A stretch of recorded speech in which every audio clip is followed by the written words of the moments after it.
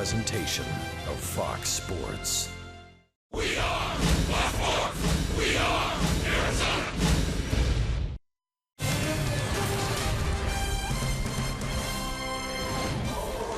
Sanderson Ford and Fox Sports Arizona salute the troops on this Memorial Day weekend from Chase Field. A very happy Saturday to you. We hope you're enjoying your Memorial Day weekend. We are all set for Saturday baseball in downtown Phoenix. It's the D-backs and the San Diego Padres on Fox Sports Arizona. Good evening from Chase Field. Welcome to the broadcast. Steve Berthune, Bob Brenly along the way. It's the Diamondbacks and the Padres, the second of a three-game series. Rookie Cesar Vargas on the mound for San Diego, and Zach Greinke for the Diamondbacks. Bob, their term stopper exists for a reason, I guess, and they need him to stop this losing streak. Absolutely. That's why Zach Greinke is on this ball club. He struggled a little bit early in the season. Everybody wondered what's wrong with Greinke. I think the problem was he just wasn't throwing enough quality strikes. He's doing that now, commanding the fastball, which makes the changeup, the curveball, the slider all more effective. He's very much a field pitcher, and right now he's feeling it. Yeah, last 7 starts, Greinke is 5-1 with a 3.80 ERA. And you can see the numbers in his last 5 starts, and he's beaten some of the best teams around, the Cardinals, the Yankees. Yeah, it looked really good against the Cardinals last time out, an aggressive swinging lineup, and he's going to have to deal with this Padres lineup that put up some big numbers last night. Yeah, and that's a little uncharacteristic for Matt Kemp and company. Take Kemp, for example. In 20 games before last night, he was hitting 122, but then last night, 3 for 5 with a home run. Yeah, 3 for 5 with a homer, drove in a couple, scored a couple. The number 3 hitter in the lineup, you want to get him involved if you're the Padres, and once he's involved, he usually ends up on the plate. So it's Vargas and Greinke, the Padres and the Diamondbacks. First pitch coming up next on Fox Sports Arizona.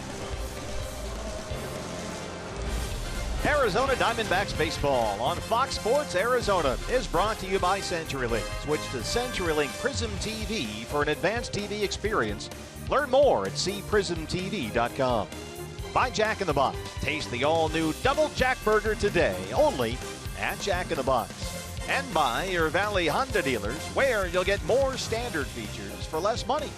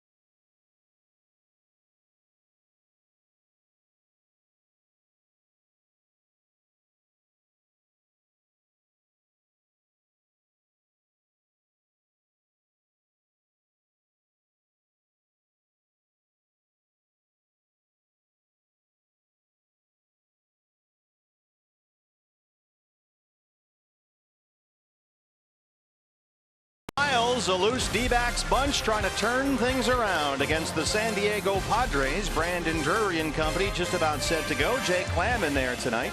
The D-backs and the Fathers from San Diego. First pitch is next. Diamondbacks baseball on Fox Sports Arizona is brought to you by Lone Butte Casino. Get in on big wins. By Gigablast, 100 times more powerful internet from Cox. Bring on tomorrow. By Oregano's, step up to the plate for a guaranteed home run at Oregano's, your neighborhood pizza joint, location statewide.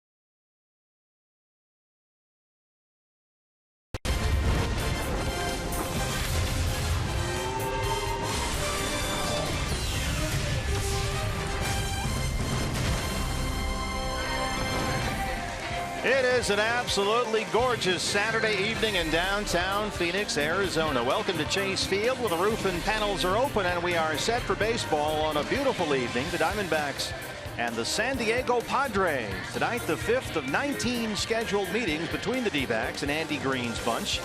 San Diego's win last night, just their 3rd in 11 games, Bob, and their lineup for tonight. Yeah, and after a 10-3 victory last night, Andy Green's not going to change a thing tonight. John Jay once again in center field. Will Myers at first base. Matt Kemp out in right field. Yangervis Solarte will be at second base with Melvin Upton Jr. in left. Brett Wallace at third. Derek Norris doing the catching. Alexi Ramirez at short, and Cesar Vargas on the mound. And for the D-backs, your Arizona Ford starting pitcher is Zach Greinke. He has lost just once in his last 8 starts. That ERA is now down under 5 for the first time all year. And he's coming off wins over the Yankees and the Cardinals. Yeah, 1 walk combined in those 2 games against the Yankees and the Cardinals, against 14 strikeouts in 15 innings of work. As I mentioned in the open, his command has been much better recently, which really opens up his full arsenal of pitches. Well, we want to welcome all our Fox Sports Arizona viewers. Diamondbacks and Padres are set to go. Zach Greinke and rookie Cesar Vargas. And John Jay will step in, just about underway here. Todd Tishner, the plate umpire, with the roof and panels open on a beautiful Saturday night in downtown Phoenix.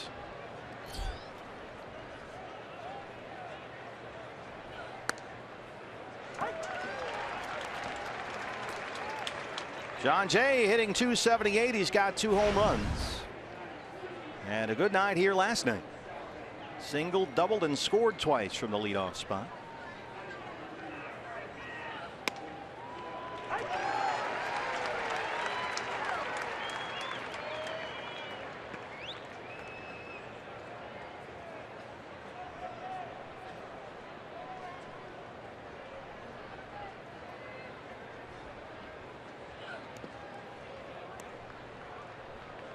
Zack Greinke outstanding Sunday in St. Louis against the Cardinals. Chip Hale very happy with the way Zack was moving the ball around. Good sink on it. And really seemed to do a good job mixing things up. A lot of breaking balls, a lot of change-ups like we just saw there, especially with the left-hand hitters. Yeah, the one run he gave up in that ball game, a solo home run off the bat of Brandon Moss. Really the only mistake that I can remember he made in that game. Just left a pitch up and out over the plate a little bit, and Moss jerked it out of the ballpark for a home run. But other than that, he was spectacular. Completed 8 innings, allowing just 1 run on 5 hits in St. Louis Sunday. Just misses with a fastball away. Todd Tishner not biting back there, and it's 2 balls and 2 strikes.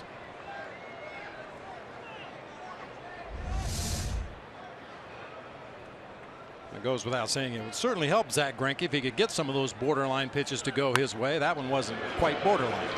Jay reaches down and bounces it to Segura. 1 away. Our look at the Diamondbacks defensively is brought to you by Nationwide Vision Centers. A little different look tonight. Brandon Drury in left field. Chris Owings once again in center. Michael Bourne getting a start out in right field tonight.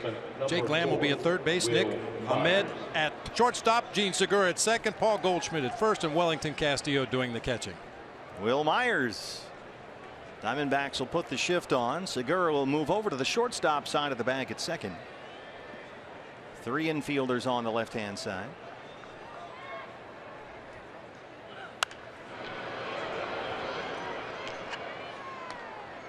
Myers 263. He's got 7 home runs. He was on base 3 times last night. He singled and walked twice.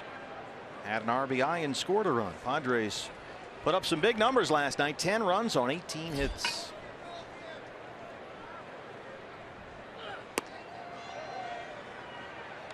A lot of these Padre hitters have not had much success against Zack Greinke, which is not really a surprise. Derek Norris, the only guy that's really carrying a high batting average. He's hitting .313 lifetime against the D-backs right-hander. Everybody else has struggled, including Will Myers, a .118 lifetime.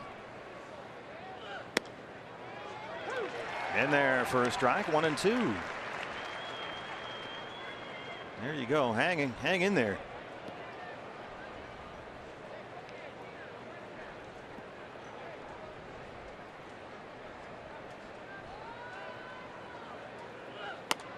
Got it. Drop that inside. Strikeout number 1 for Greinke. 2 down. A little extra on that pitch, just off the inside corner. Mentioned it just a moment ago. If he's getting that pitch, it'll be a good night for Zack. Really done a good job lately, mixing location, mixing up fastball, changeup, slider. Trying to throw inside more. That's one thing he's made a very conscious effort to do. Throw inside with that fastball more. Don't let hitters sit on pitches on the outer half of the strike zone. Kemp launches one way out of here. First pitch gone. That's number 12, and it's 1-0 Padres. Well, Kemp had a big night last night. He has now homered twice in 2 games.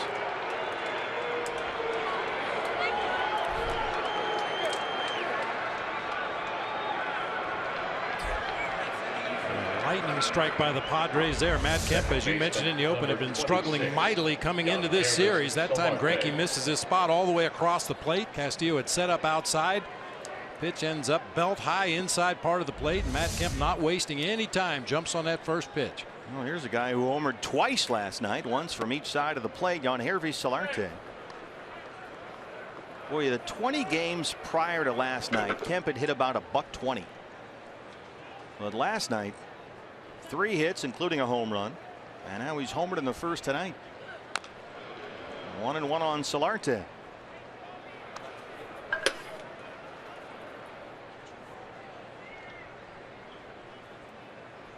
I mentioned a solo home run in his last outing against the Cardinals, the only blemish on an otherwise great day. Hopefully that'll be the same case here today.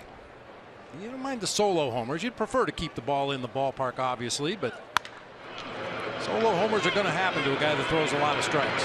Segura records the out. The Kemp homer gives the Padres the early lead. Rookie Cesar Vargas is up next for San Diego. Time before tonight's EBS Group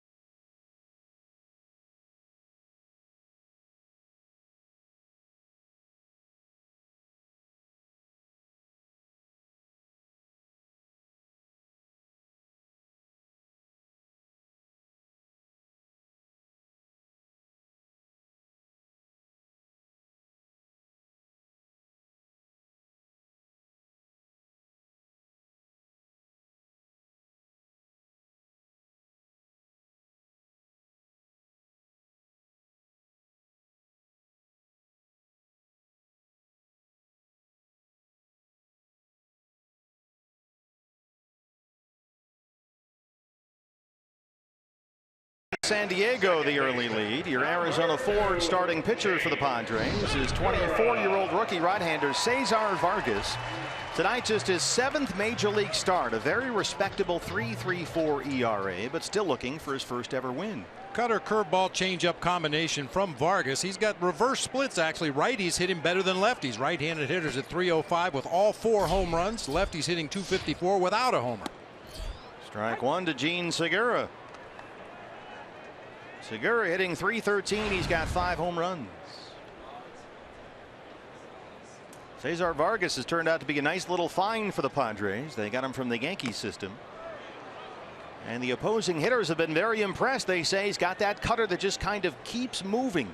And anytime you've got constant movement and then mix in a curveball, and he's got a pretty good one, it can be effective.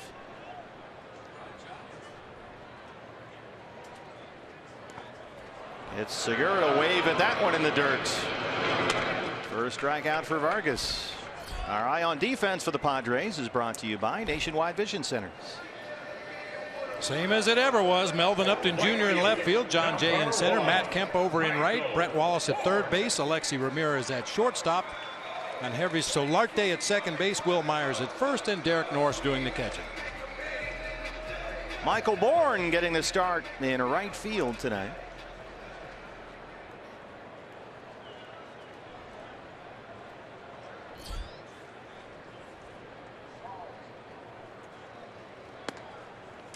Brett Wallace comes in from third. Bourne 8 for 22 with the Diamondbacks. That's a .364 batting average.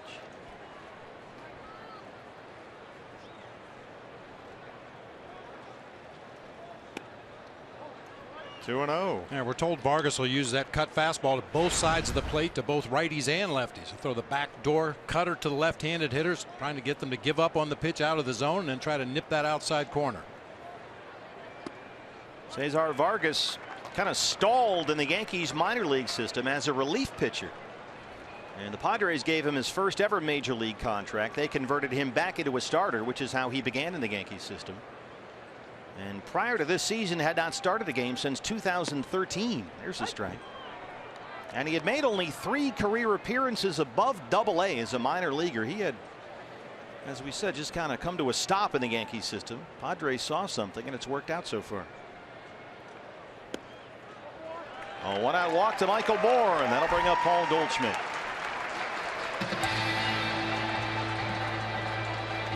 The lineup for Chip Hale's Diamondbacks trying to snap this 4-game losing streak. Gene Segura leading it off at second base. Michael Bourne on at first base. He'll be out in right field. Paul Goldschmidt at first. Jake Lamb at third. Wellington Castillo doing the catching once again. Brandon Drury in left field today. Chris Owings in center. Zach Greinke, the pitcher, batting 8th.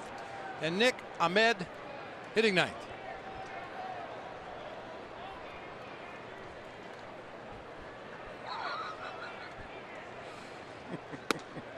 Strike one.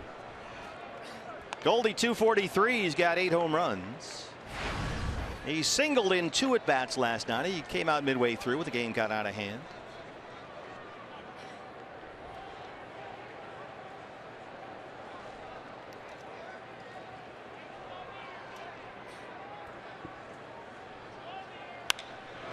Waits on that one, lifts it out to Kemp, but it drops in front. Michael Bourne is flying around second. He'll hit to third, and Goldie is in there with a hustle double. His 6th double. Second and third, 1 out for the Diamondbacks. Drive of the bus. Cutter down and away, just got it off the end of the bat, but got enough of it to float it out there in shallow right field in front of Matt Kemp. Good aggressive base running by both Michael Bourne and Paul Goldschmidt. 2 D-backs now in scoring position for Jake Lamb.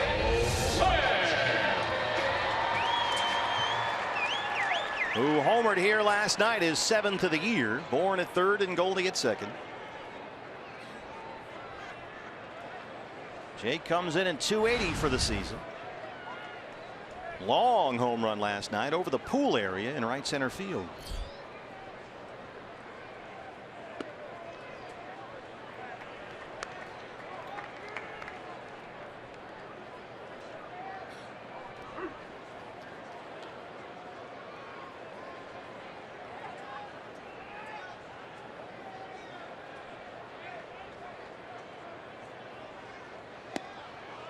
2-0 on Jake Lamb. This was the big home run late last night. Get out your tape measures. This ball was absolutely smoked out there near the RamTrucks.com pool area, actually over the pool and then back into it.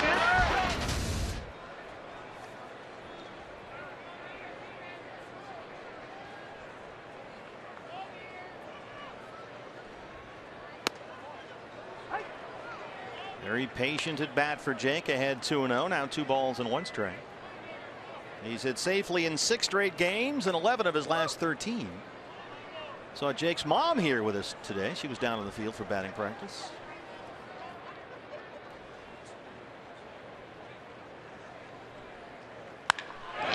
Laces that one into right field. Bourne will score.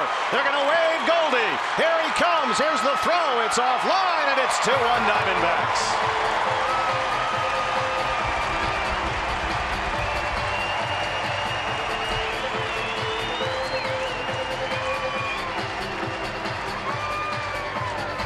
Jake Lamb continues to barrel up the ball. He is really getting into a nice groove up there at the plate. Smoked that ball into right field. Matt Kemp playing very deep out there. Even with his throwing arm, no chance to get Goldie at the plate.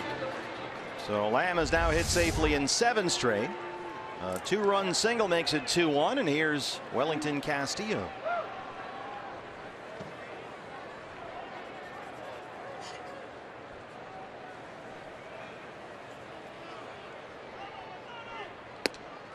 Ball 1 to Welly, who's in there at 268. He's got 7 homers. Don't forget, vote beef. You can vote up to 5 times a day for Diamondback All-Stars. Like to get Wellington Castillo and some others to the All-Star game in San Diego.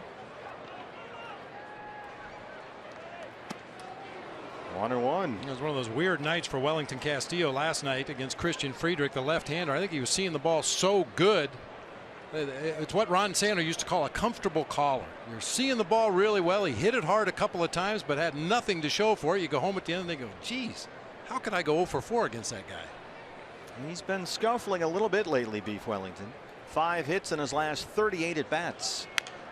Out in front of that one, a tapper to Wallace. And they won't be able to turn 2. They get the force on Lamb at second for the second out.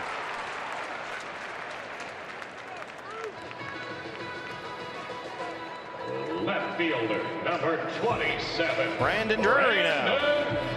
Another guy that homered last night. 3-0-1 now with 8 home runs.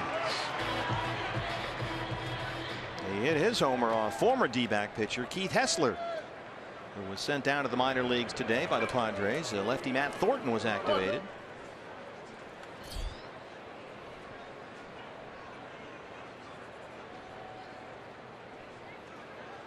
Let's get a look at Brandon Drury's home run last night.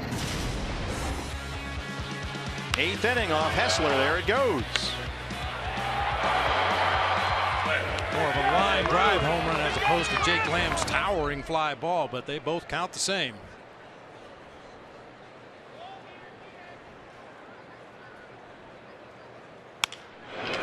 Right to Ramirez at shortstop. They go the short way for the force on Castillo, and that ends the inning. But the Diamondbacks take a 2-1 lead.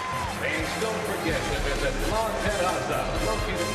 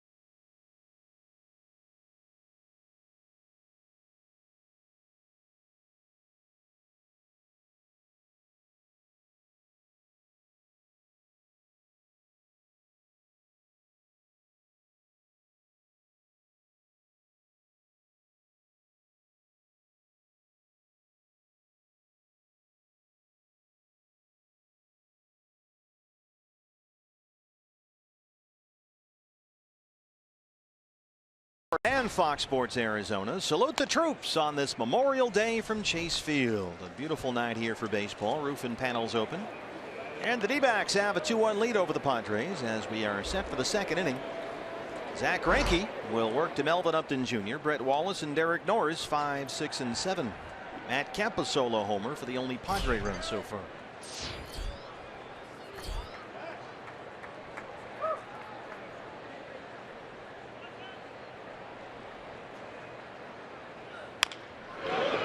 Bouncer to third. It backs up Jake Lamb. One pitch, one out for Greinke in the second. Time for your Valley Honda dealers. Key to the game. What do you have? Well, the guy at the top of the rotation is usually called the ace, but there's another name for that guy. It's the stopper. D-backs in the midst of a 4-game losing streak. You need your ace to go out there and serve a dual purpose. Be the stopper. Stop the losing streak. D-backs have lost 4 straight and 11 of their last 15 games. They need some positivity here to get this thing turned around. Brett Wallace, the Padre third baseman, steps in. Diamondbacks over below the right-hand side, and there's ball 1. Wallace hitting .226. He's homered 3 times. Started last night at third, singled, walked, and scored a run. He also struck out 3 times. There's a look at the defensive alignment.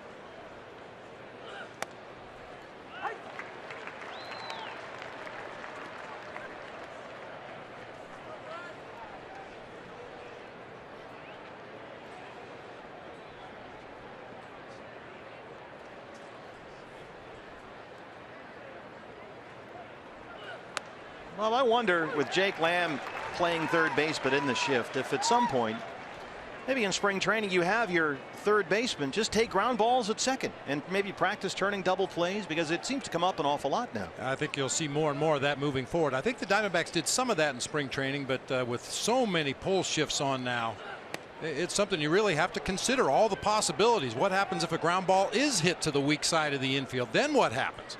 Like you said, Jake Lamb not used to turning double plays from that second base position, but something I'm sure the D-backs will have on the agenda next spring. Fields a lot of ground balls if you're a third baseman in that same spot where Jake is right now, for any team, not just the D-backs. Wallace has worked a full count 3-2.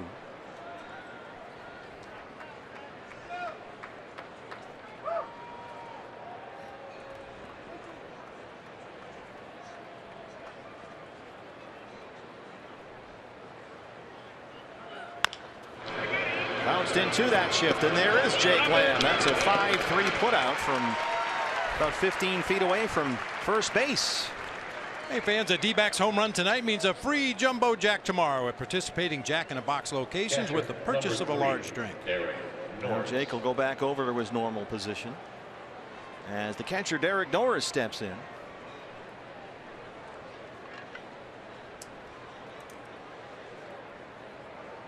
Norris was a real pain in the neck last night. He was on base 4 times. Walked twice, doubled, and homered. Drove in 3. Another guy that had really been slumping, but had a big night last night. His home run last night is 5th of the year. He's now batting .188.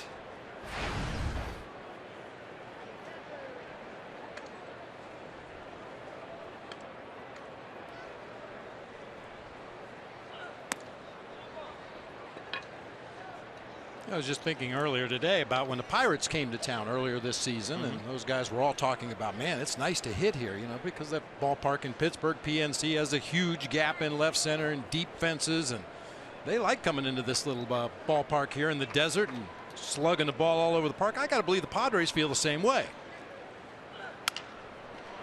Nick Ahmed at shortstop.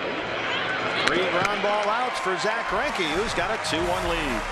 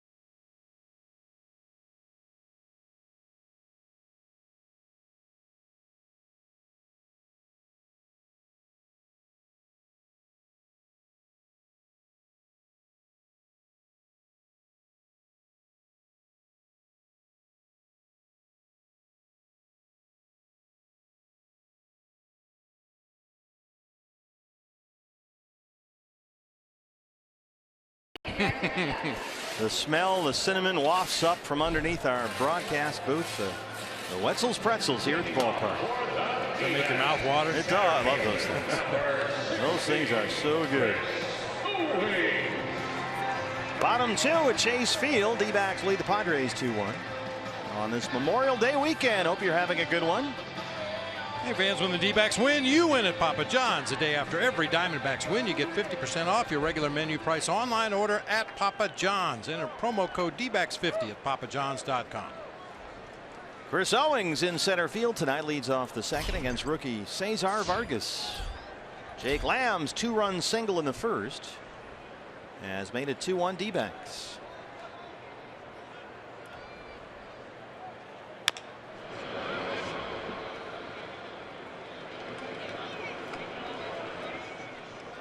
Chris Owings 0 for 3 last night. That snapped an 8-game hitting streak for CO. He's at 291 with a 1 home run.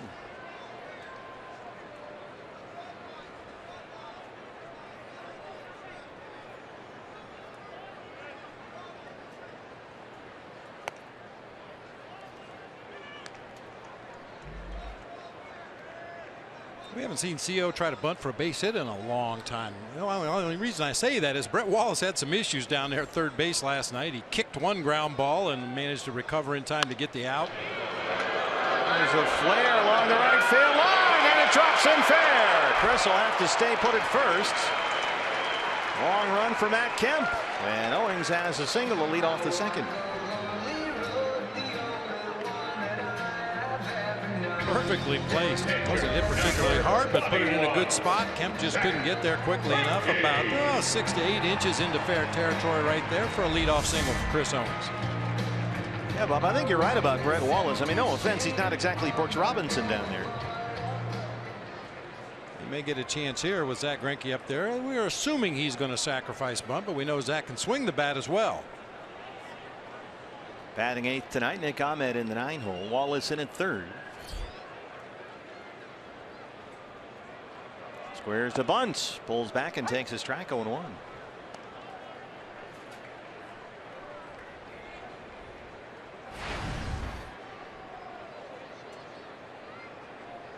Got to be tough to bunt against a guy like Vargas. We've talked about how he has a lot of movement on all his pitches, the cutter and the curveball especially. You don't get a whole lot of straight pitches to bunt. Pulls back again. There's ball 1. It looks like he's tried to throw some two-seam fastballs as well. They're fairly straight, but they're different from his cutter enough that it makes it appear he's got 2 different pitches out of the same delivery. And then, of course, he has the curveball and the changeup to go along with those 2 fastballs.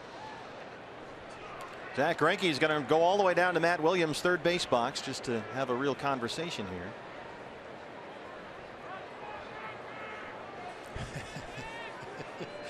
That's a new twist. Yeah.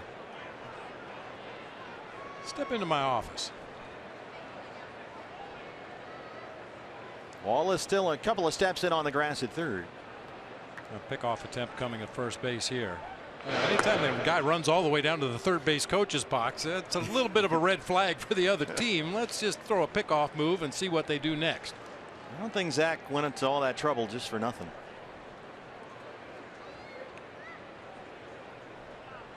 Chris a perfect 6 for 6 in his stolen base attempts. Greinke gets it down. No, but rolls foul.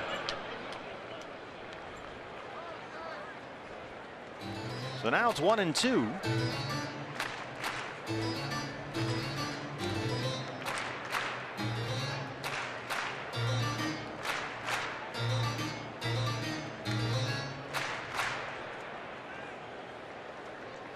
I think they're going to turn him loose here in the 2-strike count. Watching Matt Williams give the signs down there, and he very obviously went to his belt several times during that sequence, and the belt is a consensus bunt sign for a lot of teams. He knocks it into center field. Chris Owings will take the turn and hit for 3rd. And CO is in there. Base hit for Greinke.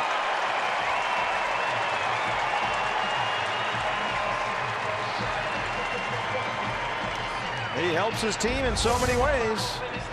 You saw the 292 batting average coming into this at bat. That'll go up now. He stayed on that curveball really well. Right back up the middle of the field. Driving the bus, David Peralta, Ruby De La Rosa. Some of the injured Diamondbacks getting involved. Nick Ahmed now. By the way, we will have the old color analyst switch coming up the next half inning. You are going over to work with Don Orsillo, and I got stuck with mud. Good luck. Mark Grant will be here in the booth. The venerable, not the venable, but the venerable. Padres analyst on the TV side will stop by for a half inning. Yeah, I think I told you earlier, I actually caught Mark Grant's debut in the major leagues at old Riverfront Stadium in Cincinnati. You've told me the story about you encouraging him to hit a batter. Well, I just thought it would be advisable for his future. There's a high chopper. Are we allowed to say that story? Oh yeah, statute of limitations is long gone. Yeah, Ron Oster was playing second base for the Reds, and I think he flew out to right field his first at bat of the game and went back to the dugout and started screaming at Mark Grant, calling him all kinds of names. You rookie this, you rookie that, you'll never get me out again, you stink, so forth and so on. And I told Mud when we got back to the bench, hey, he's going to have to wear one next time up, otherwise you'll never get the respect of this team. So he thumped Oster in the back the next time up. Of course, then Mark Grant got hit in his next at bat in the ball game, but that's the game. That's the way it used to be. Now, what did Oster say when he got hit? Oh yeah, my bad. I deserve that. So, you know, back in the day, if you did something and you were out of line and you realized it maybe a little bit too late, you knew you were going to get thumped. Oh, we'll get Mud's take on that in the next half inning. You know, he actually pitched really well in that ball game. He gave up a couple of home runs. Unfortunately, each one was hit with a runner on base. Gave up 4 runs in 6 innings, 4 hits, but 2 of them left the yard.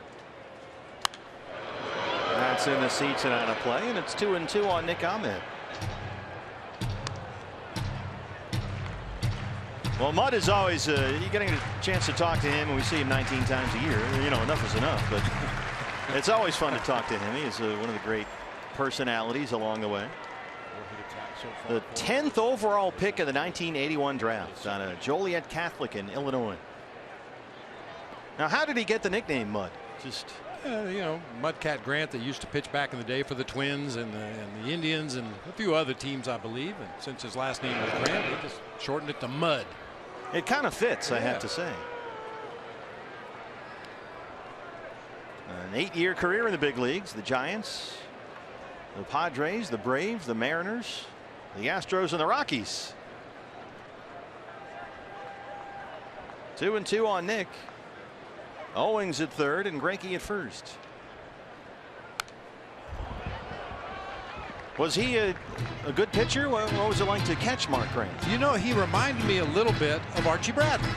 How so? He had a high 4-seam fastball that he could throw in the mid-90s consistently, had a snapdragon curveball right out of the same delivery, but really didn't quite know how to use his weapons. It wasn't until later in his career where he started to throw some 2-seamers, a little bit of a slider, started to learn how to pitch. Like a lot of kids coming out of high school, he could just blow people away.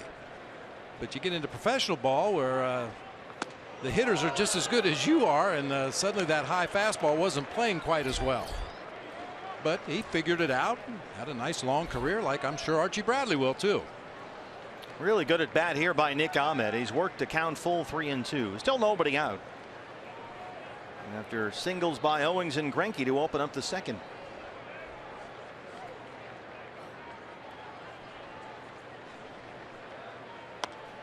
Reaches out and taps that. Boy, Gene Segura, Bob. Gene Segura is almost in the right-hand batter's box. He's on deck, but he can't be more than 10 feet behind Ahmed. Anxious. There he is, right there. There you go. That's as close as I've ever seen anybody get, I think.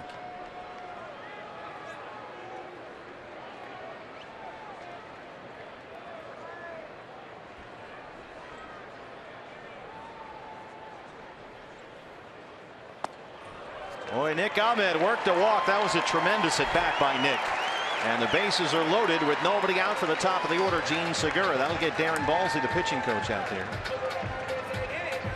Second walk issued by Cesar Vargas. This is the kind of inning, Bob, and where the Diamondbacks before or recently, when things have been going a little south, where maybe they get a run. Yeah. You know, or they get two, and then it kind of, you need to put up a big crooked number right here. Absolutely. Hit a ball in the gap, get that merry-go-round going, get everybody involved. Now batting, second baseman. I would guess that part of the message there from Darren Balsley to his right-hander on the mound was, don't forget your best pitch, that cut fastball. He's been throwing a lot of two-seamers, trying to sink the ball, almost hit Nick with that last one. Owings at third, Greinke at second, Ahmed at first. Segura struck out to lead off the ball game for the Diamondbacks.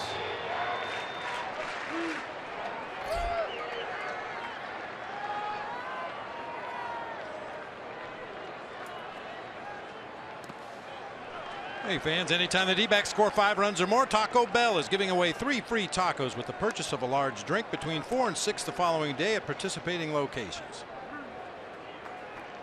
Hopefully this is one of those at-bats in which Gene just laces something in a gap the way he does. A lot of room right now in left center field. Jay in center is shaded over toward the pool. And Upton well off the line in left. Swing and a miss, 1-1. It's a good hack, though. You get that cutter up there above the belt. Yeah, you see it's so big. The movement doesn't have the same effect when that pitch is up in the zone as opposed to when it's down in the zone. Gene had a good look at that one just underneath it.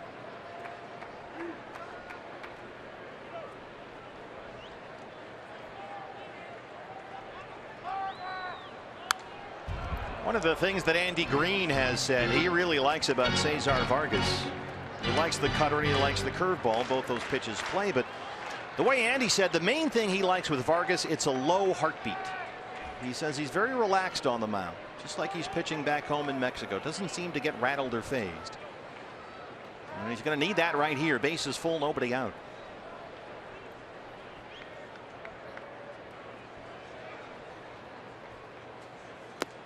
Two and two. You ever heard that term before? This guy's got a low heartbeat. Yeah, slow heartbeat. Yeah, nothing rattles him, regardless of the situation. Runners on base. Who's the hitter at the plate? I think you could speed up his heartbeat a little bit here if you hit one in the gap. I bet it's going pretty good right now. 2-2 on Gene Segura.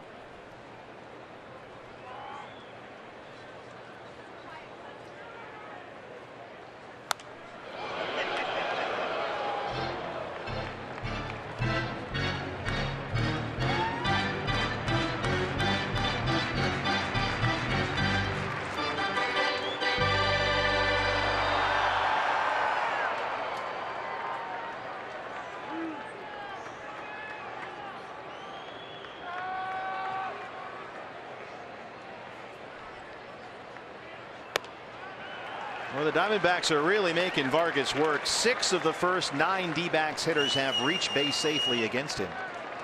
He's at 40 pitches, 23 strikes. Bases loaded, nobody out, 3-2 to Segura.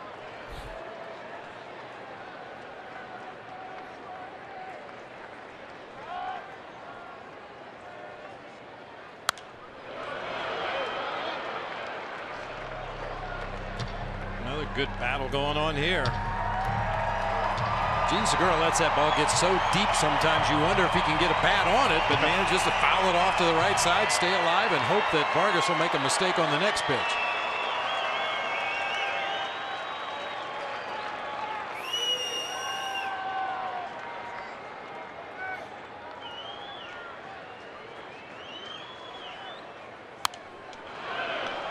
Case in point. Now look at the location of all those pitches along the top of the strike zone there with cut fastballs. I remember about a week or so ago, Gene Segura struck out on a high fastball, and we wondered if maybe the advanced scouts would make a note of that and keep an eye on Gene to see if they started pitching him up in the zone, and certainly Vargas is. We have seen him chase a lot of pitches up and in. That's where they might be going right here. Yep. Fly ball to Kemp in right field, coming along the line, and he makes a sliding grab. Owings will tag, and he will score. And it's 3-1 Diamondbacks. The RBI for Segura, as Kemp made a nice sliding catch in foul ground.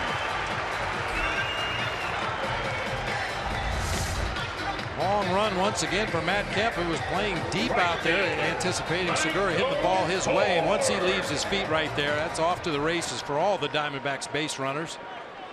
Everybody going back to tag up as that ball drifts into foul territory, and everybody moves up 90 feet, including Chris Owings getting on the plate. Still looking for that big hit to bust this thing open. Now with 2-run D-backs lead. Bourne walked and scored his first time up.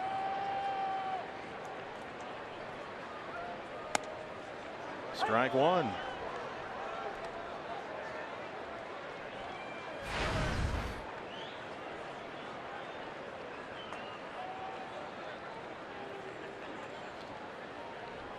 See if he can punch one through the right-hand side of the infield.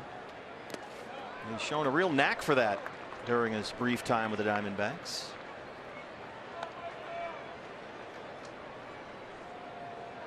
Solarte at second is in, and Myers at first, just on the edge of the grass.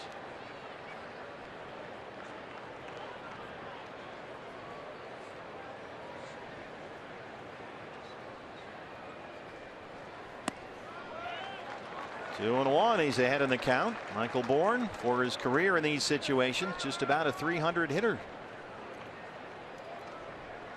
with almost 300 RBIs.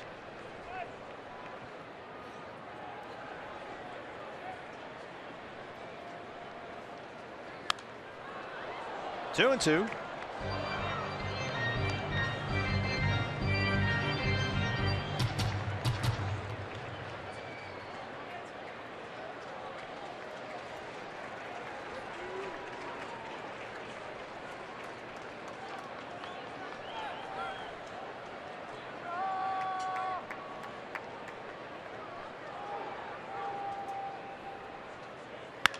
Base hit. Greinke scores. They will wave Ahmed, and he will score. Michael Bourne, a 2-run single, and it's 5-1 Diamondbacks. There's the big hit we were looking for. There you go. There's a crooked number. Michael Bourne's been throwing line drives all over the field lately. This one out into just to the left of straightaway center field. And Matt Williams very aggressively waving Nick on home. John Jay does not have a strong throwing arm. Actually, Alexi Ramirez out in the middle of the infield cut that one off. 5 runs, Bob Brenly. Can I interest you in some delicious Taco Bell? Always. The taco run has crossed the plate. 5-1 Diamondbacks. Here's Goldie, who doubled and scored his first time up.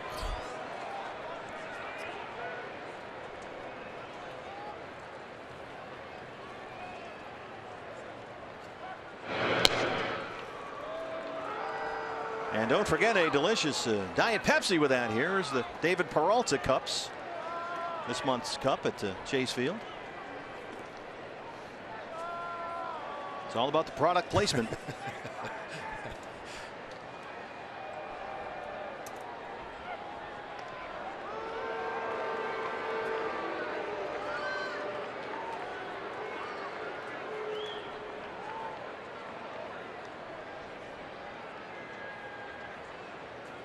We were talking not too long ago about left-handed hitters. All seem to be good low ball hitters. Yeah. Michael Bourne is a guy that can handle a high pitch. We've seen him get on top of some of those high fastballs and drive him up the middle into the opposite field. Padre bullpen starts springing to life. We saw Perdomo work the 9th inning last night. He usually gives Andy Green some length back there, those multiple innings every time he pitches.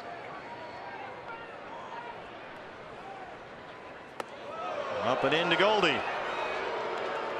Yeah, it's hard to believe in watching Michael Bourne, Bob, from what we've seen so far, that the Braves and the Blue Jays both just gave up on him.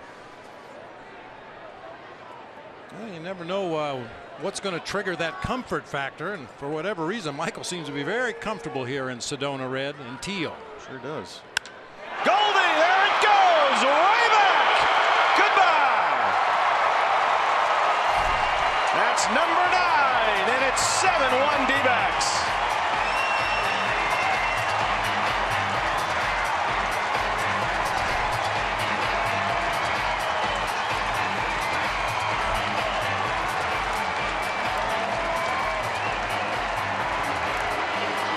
Well, last night It was 10-3.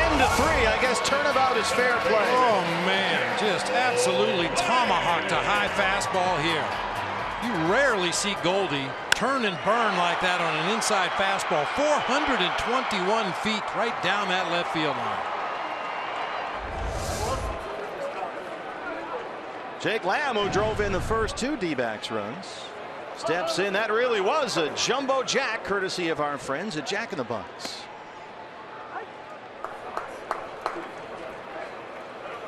That'll relieve some tension in there. A lot of smiles. A lot of smiles before the game today, which I thought was a very good sign. Not a lot of tension. Guys were loose. You watch batting practice. You watch stretching. They certainly did not look like a team that has lost 4 straight and 11 of 15. They're a loose bunch. And we're seeing that manifest itself in a 7-1 lead here. Still only 1 out in the 2nd inning. Yes, he went, says Brian Knight down there.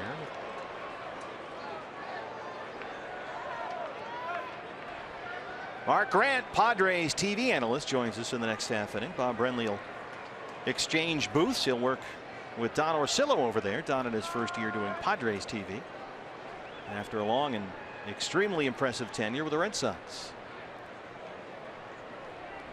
1-2 count on Jake.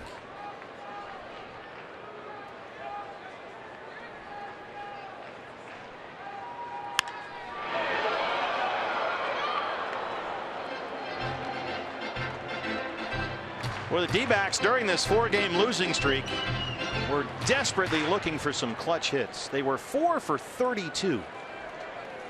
Or have gone, I should say, 4 for 32 with runners in scoring position during the 4-game skid, but that has not been a problem tonight.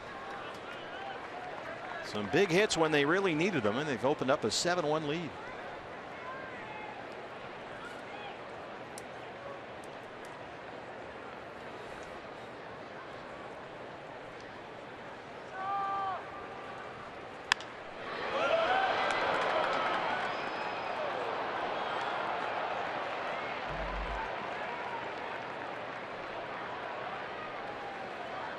Memorial Day weekend, fans. Don't forget, join us, especially Monday. Astros will be here. It's a day off. Great day to come down to the ballpark and enjoy the holiday with us. Take advantage of the air conditioning here. Roof and panels open tonight. Very comfortable. But we got one more against the Padres tomorrow. Archie Bradley pitches tomorrow. Chance to come out tomorrow and see Archie. And then the Astros in Monday and Tuesday. So hopefully we'll see you here over this extended weekend. DBacks.com/tickets, or just walk down to the ballpark and get a seat or a ticket right here. Absolutely. Come out, watch a day game. You still have time to go home and barbecue with the family after the ball game. Yeah, you got Archie Bradley and Drew Pomeranz tomorrow, and you can watch Monday the D-back debut of Edwin Escobar, the left-hander, the guy that Dave Stewart is very excited about. And then Patrick Corbin pitches Tuesday here against Houston. So come on out, dbacks.com/tickets. And if you haven't come up with a Memorial Day plan yet, well, that's what we do, BB. We solve problems. Absolutely. You come out here to the ball game Monday, we'll give you a barbecue apron, and then you go home and barbecue for the family. Win-win. Hello. So hopefully we'll see you down here at the ballpark this weekend. I'm excited to watch Archie pitch tomorrow. Yeah, putting up good numbers down in Reno. Yeah, he sure is. And then that's tomorrow. And then Monday we'll get a look at Edwin Escobar, who they got off waivers from the Red Sox last month. A guy that they have been very impressed with in the minor leagues. 3-2 to Lamb. Reaches out and lines it right back to Vargas. 2 down. Speaking of lambs, we want to give a big major props and applause to Dennis and Tony, our own lambs. There they are. Of course, this is the star of the Dennis Lamb Show. Dennis Lamb on the right and his wife Tony. They put together a fantastic brisket cookout for us today. They fed the entire crew. There's Dennis. Dennis, you were outstanding again. The best coleslaw in the business right there. It's pretty tasty. I had to go down for seconds. Thank you very much. Thank you, Dennis. And thank you, Cesar Vargas. His night will end right here. Back from Chase Field after this. It's 7-1 Diamondbacks.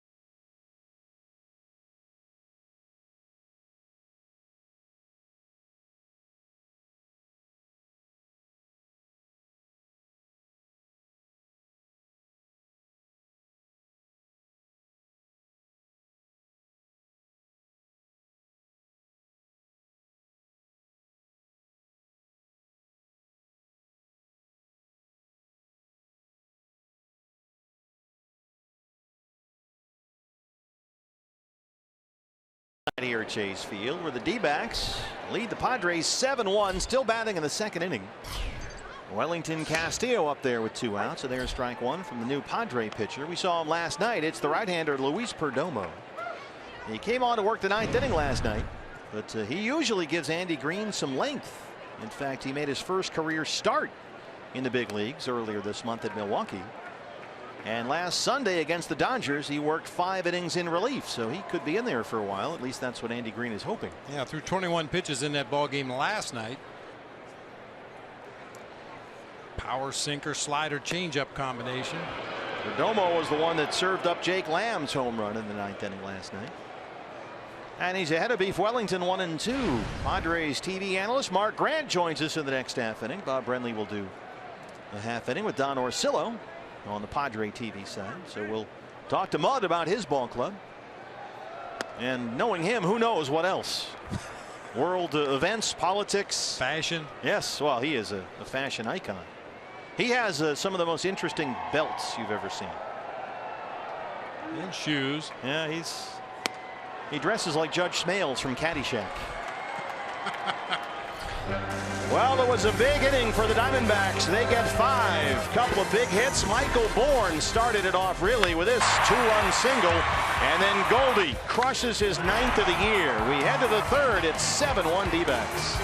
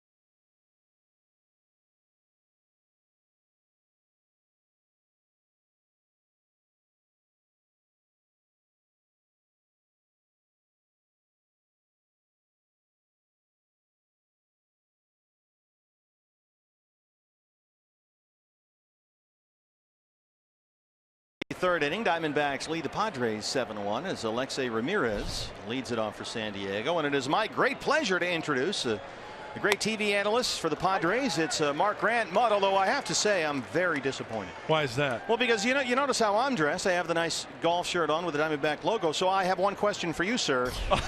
What is this? That is this on? That's okay. that's a tie. This is a tie. And then what is this? That's a boiler. That's a big boiler right there. I have something shiny. What? Like your tie clip. Don't distract me. Oh, I'm sorry. How you doing? I'm good, buddy. It's great to have you here. Good to see you as well, Steve. Jake Lamb charges from third. He's got the play in time to get Ramirez. So as last night, you guys, all kinds of offense. You win 10-3. Now tonight it's 7-1 Diamondbacks. Well, I think if you were to phrase the San Diego Padres for this year, it would be consistently inconsistent. I know how you feel. Yeah, there's been some games when they score 10. There's been games when they score 12, 14. And then there's been some droughts. I mean, let's start with the start of the season when the Dodgers came to town. Shut out 3 games. Yeah, without scoring a run. 25, 28 to nothing. That backs up Segura. And for Perdomo. Well, it's been very interesting because 2 off seasons ago, the Padres made all kinds of headlines. A.J. Preller, the new GM, and they went out and got everybody and made these big moves. And then last winter, very quiet. it sort of seemed like plan B there. So what's the plan now in San Diego? Well, to revitalize and I think to restock the minor leagues. The Padres this year have maybe a handful of picks early in the draft. So, and granted, Steve, when Kemp and those acquisitions were made, they gave up a lot of guys on the farm, and they were probably a year or two away. But I think with the Boston trade with Kimbrel, Manny Margot, we saw him in spring training. He looked great. Really good. He really looked good, didn't he? So and Swai too, right? Exactly. Yeah. So restocking the minor leagues, and Matt Kemp, you know, he was going through a tremendous drought recently, but he's been swinging the bat well the last couple of games. So everything has to be in working order for the Padres to win some games and be consistently winning games. I was reading in USA Today the other day that Bob Nightingale said maybe Matt Kemp is on the trade market. What do you think about that? You know what? I think everybody out there who is going to be in contention when it gets later in the season before the All-Star break even.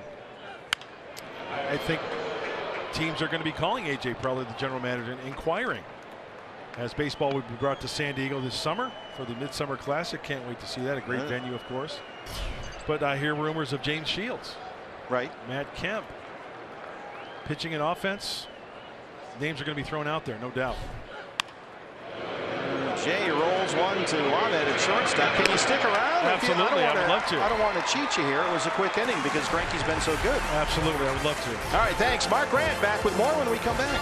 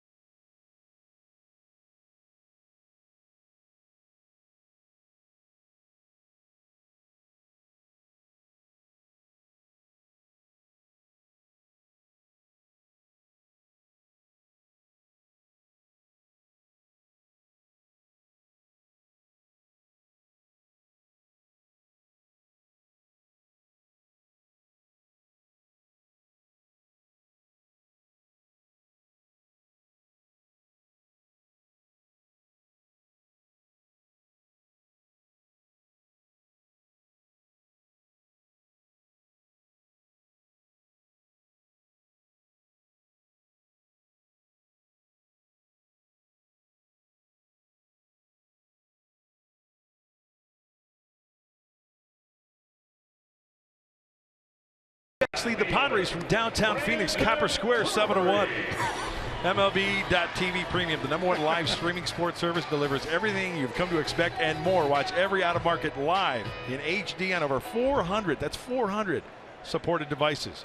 Includes a free subscription to At Bat Premium, the #1 At Bat live At Bat for baseball. I messed it up already. Oh boy, Pelly. That's really. Blackout and other restrictions apply. Visit MLB.TV for details. Is that how they go with Orsillo? Yeah, I can't read a promo to save my life. But it's good to see you, Steve. And it's great to have and you here. Kurt and Scotty Geyer and Dennis. Now, every time you come in here, you're like the king of this place. Oh, Mud, hey, how you doing? It's like Norm in Cheers. Except maybe 100 pounds lighter. Well, hopefully. Brandon Drury. What's your take on the 2016 Battling D-backs? I'm surprised that they are where they are at. Yeah. We talked yesterday, and you know what? I said it yesterday during the game. It only takes one pitch or two pitches to get Goldschmidt back to where he's belonged. And him going the opposite way tonight with that double, hitting the home run, the high cutter out of the hand of Vargas. It takes an at-bat, and you've seen him, to get him rolling. When he gets rolling, it's a wave of destruction. I had the Diamondbacks in contention pretty much the whole year with the acquisitions and what they already had. I mean, I love what I see in Gene Segura. Yeah, he's been a tremendous, just a ball of energy. I think Greinke is a guy that you don't have to worry about. And you know as well as anybody, Steve, it's not how you start, it's how you finish. And, you know, he has that ability to just go on a tear his next 15, 20 starts. Well, I think that the Pollock injury and the Peralta injury, that's a lot to overcome. Huge. And then when Goldie's not being Goldie and those two are hurt, that's a lot. Drury strikes out. BB was telling us about how he caught your major league debut and you drilled Ron Oster. Yes. He said he talked you into it. Well, yeah, it was him, Joel Youngblood, and Scott Thompson. First at bat, Ron Oster popped up in foul territory, and he is airing me out from the dugout. I'm a 20-year-old at the time. He is just pacing back and forth in the Reds dugout, yelling at me. Joel Youngblood yelled at him from third base position. This was in Cincinnati, old Riverfront Stadium. So after the inning, I go in the dugout. I'm like, my mom and dad are in attendance, and I'm like, you know. So Scott Thompson and those guys come up to me. They said, "Hey, next time Oster comes up, Ramirez at shortstop. pitch him inside. You know, brush him off the plate a little bit." "Okay, guys. All right. Yeah, I'll do whatever you say."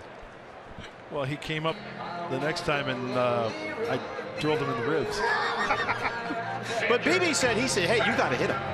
Is that true? Or you know what? He may have. And if he said it, I believe he did say it because I had so much going on. I that bet. day. But then he came back and hit you later, right? Joe Price hit me. Yeah. Joe Price was the left-hander for the Reds. And then this is the game the players policing themselves. Is that's what they would call it now? Absolutely. Right? Yeah, no question It about it. seemed to work out all right. That was too quick of an inning.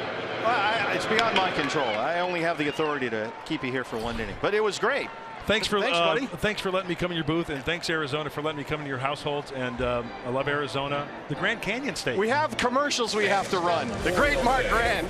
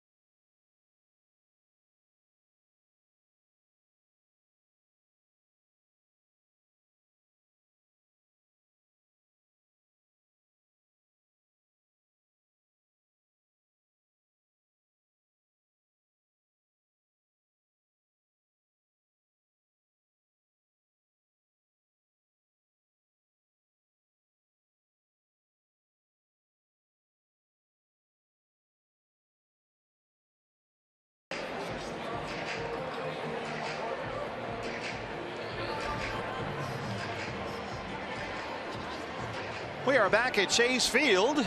Diamondbacks lead Padres 7-1. How about this, Bob Brenly? Zach Greinke tonight already has 8 ground ball outs, including the last 7 in a row. Oh, that's when you know he's on top of his game, getting that late movement on his pitches. Just beating the ball into the ground time after time after time. As an infielder, when Zach's on the mound grooving like he is today, you better be ready to field some ground balls. He's retired 7 straight since the Kemp home run, all ground ball outs. Ooh. And he's got a 7-1 lead. Good to have you back. How did it go over on that end? Real good. Don Orsillo and I were supposed to work together on some postseason games several years ago, every year, but we never made connections. He always worked with another partner. I ended up working with Dick Stockton quite a bit. So, yeah, it was nice to finally work with Don. Yeah, he's a class act. Does a great job. Did for a long time in Boston and now with San Diego. Now the real question is how to go with Mud. Well, you know, about probably the way you think it would. We couldn't get him off the air. We now have to make up some commercials because he wouldn't stop talking. No, it was great. He's a trip, man. He's a lot of fun. He's a lot of fun. And you know, we had the pointer because he explained to us before the game he's got this pointer that he likes to use and mess around with Orsillo. Here's Ahmed, already short. So he left it for you in the Padre booth, right? Did you use his pointer? Yes, I did. How'd that go? I think we might have video of it. Yeah, I think Don enjoyed it. You got him. What is that around your neck? Yeah, it was funny. Mark Grant came into our booth and said, yeah, I've got this pointer because I like shiny things. That's the way he thinks. So we had our own pointer. We had him set up. I mean, our increasingly reliable staff got a pointer. We're getting the thumbs up from the boys over there. And so we had our own pointer laying in wait for Mud. Well, good. Here's Kemp, who homered back in the first, his 12th of the year. So that was fun.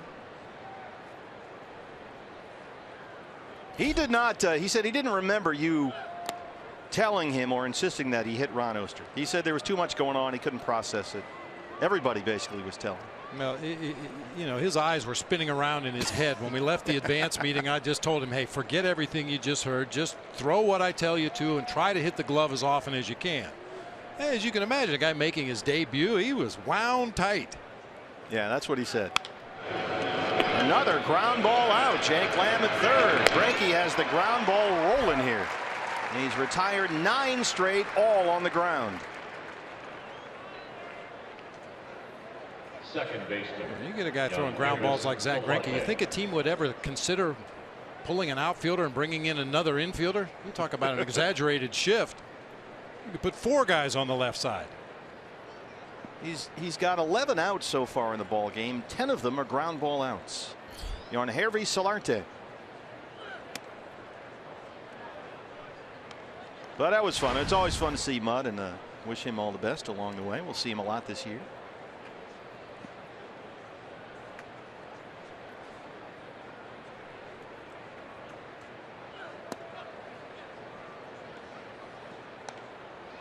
Greinke a little upset with himself. Solarte just kind of conceded that pitch. You could see him just stand up out of his crouch. I'm not going to swing at this one no matter where it is. And I think Zach was a little upset with himself for not taking advantage and pumping one right down the middle.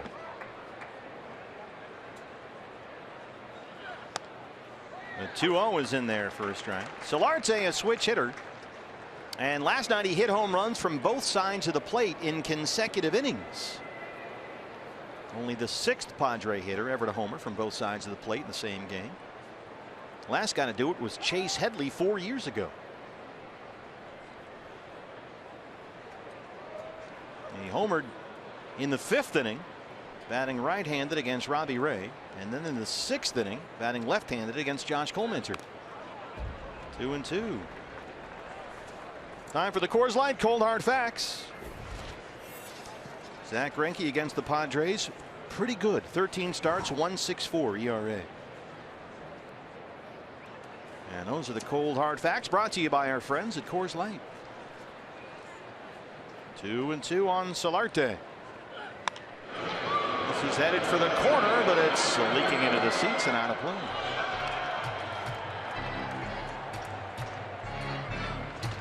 Yeah, it's funny. Mark Grant told us before this series started that Solarte is the one guy on the Padres that's been fairly consistent with the bat, swinging it well from both sides of the plate. He has not shown anything otherwise in this series.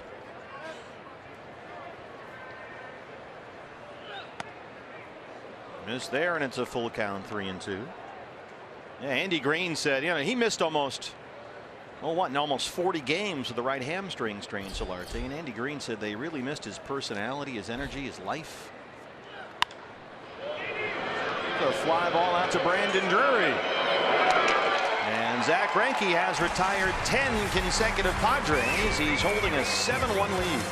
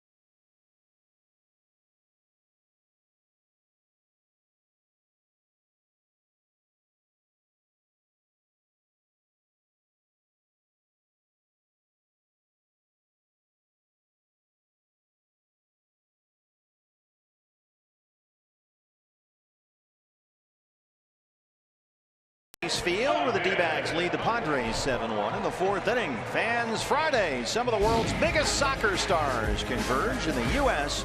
for the 100th anniversary of the Copa America. It all starts as the U.S. takes on Colombia Friday at 5 o'clock on FS1. Or you can watch the entire tournament live online using the Fox Sports Go app. Clint Dempsey right there, former Fulham star. I guess I don't have to tell you that. No. Nick Ahmed leads off the 4th. It's obvious as the nose on your face. I couldn't resist, sir. Luis Perdomo has retired all 4 he's faced. On in relief of Cesar Vargas, who was chased in the 2nd inning. Ahmed walked and scored his first time up.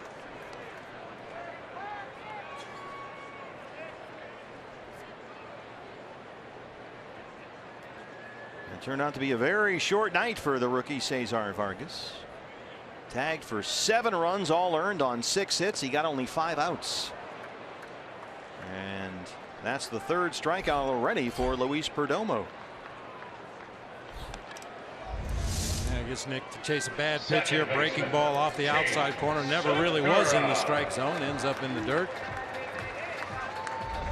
Yeah, Nick's done a nice job lately of fouling those pitches off. The borderline, too close to take pitches with 2 strikes. Just get a piece of them, stay alive. That time couldn't get a piece of it. Segura has struck out, knocked in a run with a sacrifice fly.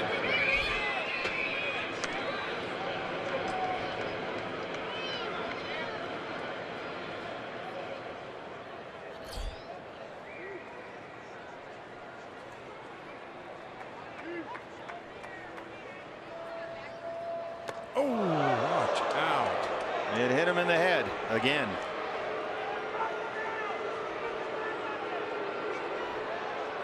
Ryan DePanfilo coming out along with Chip Hale. 2nd time this week that Gene Segura has been hit in the head with a pitch. It looked like just a glancing blow off the top of the helmet. Fortunately, where Norris sets up on the outside corner, that ball runs back and in. Oh, didn't hit him. I'm not so sure. Todd Tishner behind the plate signaled that it grazed off the top of the helmet, but I'm not sure that it did. Tough to tell. Hit by pitch is subject to review. It hit the bat. Definitely hit the bat handle as Gene was going down to the ground. That's a foul ball. And Andy Green is going to come out and have a word with Todd Tishner.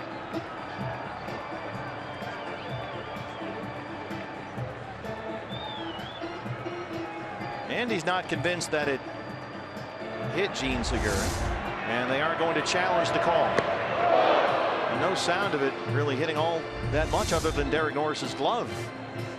And the headsets are coming on. It's like Gene's pointing to a ball mark on his helmet. He's trying to sell it down there as best he can. Trying to pull the old Derek Dietrich in Miami. I was trying to remember who that was. Let's see. Does it hit the helmet? That's a fairly definitive no. Frankly, I'm glad. Yeah, no kidding. So this will likely get overturned and be ruled a foul ball, because it certainly did appear to hit the bat and then go right into Derek Norris's mid.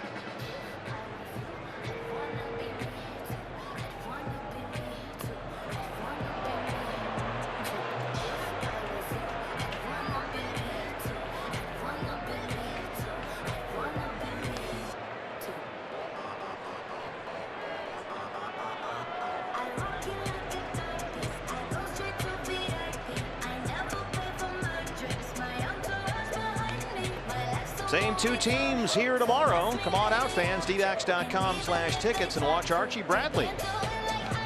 We'll start that game tomorrow against the Padres lefty Drew Pomeranz. There's another look. That's what they're looking at right now in New York. It clearly, well, maybe it didn't hit the bat. I'm not sure it did. It looked like it grazed off the bat. The other angle did, yeah. They're taking a long look in New York. Todd Tishner, the plate umpire. Bill Miller, the crew chief, who's working first base tonight. Archie Bradley and Drew Pomeranz tomorrow. That's a 1-10 first pitch. And then day games fans here against the Astros Monday and Tuesday. Monday's a 1-10 and Tuesday's a getaway day 12:40 start. Monday, the first of 4 against the Astros. We play a 2-2 home and home. Here's another look. Edwin Escobar makes his D-backs debut Monday. Appears to miss the helmet right there. And does it get the bat handle? Yes, it does. Just grazes that bat and then into Norris's mitt. But they're not convinced in New York City. They're still going.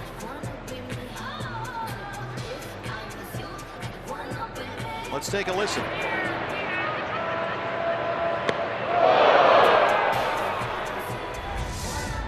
didn't hear anything. Just as a point of reference, the gentleman in the middle there is John D'Acquisto. Pitched for the San Francisco Giants. Yeah, had a nice long major league career. Pitched for the Padres as well. 10-year career in the big leagues. Hard thrower. And he's accomplished, an accomplished artist. Right. He was featured on a Fox Sports Arizona D-backs live pregame show segment. Does tremendous works of art. And was commissioned, in fact, by Major League Baseball to do some baseball art for opening day that was posted online. This is one of the longest reviews I think we've seen all year. Yeah.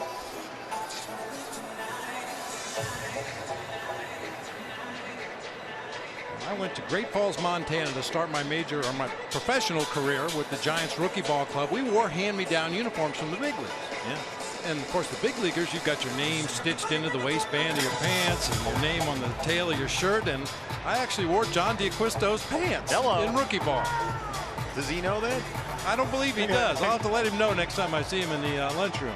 Are they going to bring Segura back to the plate? And Andy Green wins the challenge. So that is no hit by a pitch. It is a foul ball. The call has been overturned. And that appears to be the correct call. I'm just glad Gene didn't get hit in the head again. That's all. No kidding. Twice in 1 week. Even a close call is more than you'd like. So it's an 0-2 count on Segura with 1 out in the 4th.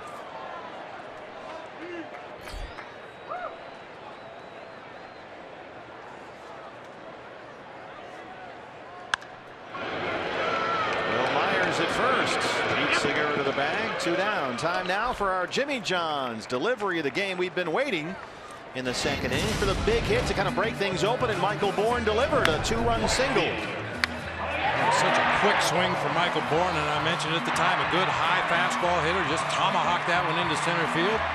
Everybody off to the races. Michael today has walked, singled, scored a run, and knocked in 2.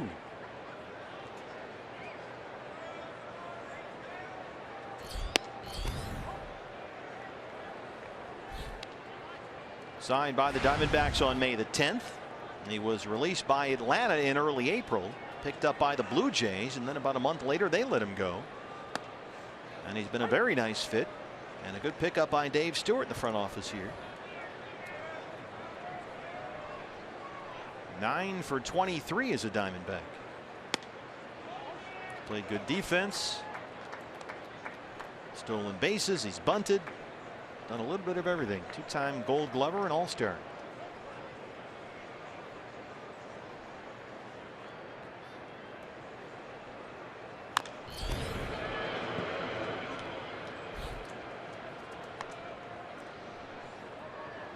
Dave Stewart said when he looked at all of the elements regarding Michael Bourne and the Diamondbacks, plus the club's shortage of left-hand hitters, they're very right-hand heavy.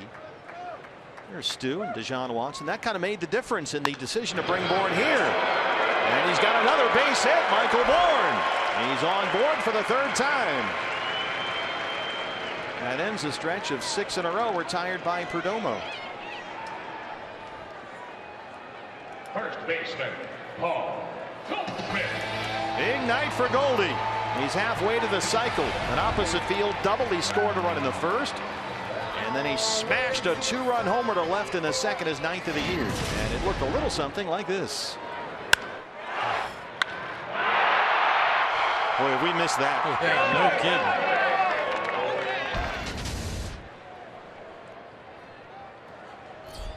Bourne takes off. He got a great jump.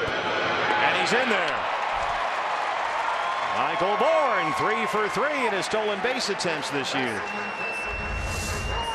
Boy, he had a great jump over there at first base. Derek Norris did everything he could to get that ball down there quickly, but Michael just had such a jump he couldn't make up for it.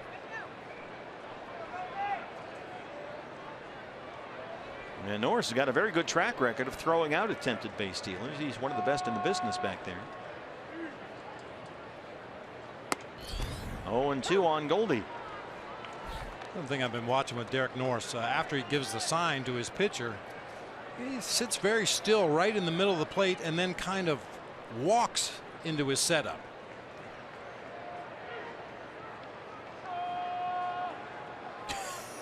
Some guys will almost jump in the air and.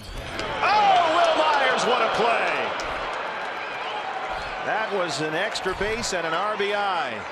Goldie should be 3 for 3, but Myers makes a tremendous stab at this one to keep it a 7-1 game. We'll head to the 5th at Chase.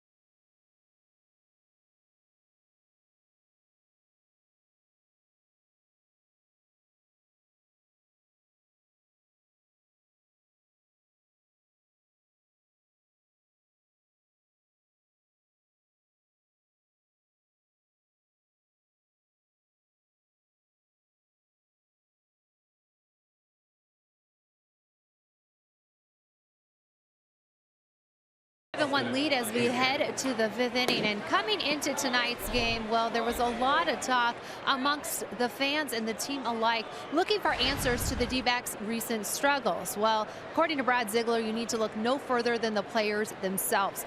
The veteran leader told me that if you want to point fingers, point them at the players, because he said day in and day out this coaching staff is preparing the team to go out and win.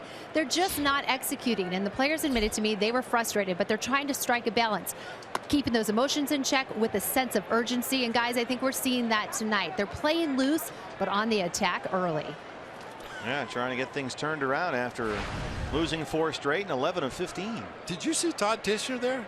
What did he do? He jumped out from behind home plate and ripped off his mask. I think he was fixing to issue warnings to both teams, but Melvin Upton Jr. just stood in the batter's box, and Wellington threw the ball back to Zach, and he just quietly put his mask back on and went behind home plate. Well, there was the pitch that almost hit Gene Segura in the head, and that one to Melvin Upton Jr. was up and in to start off the at-bat. Didn't seem to bother Melvin, though.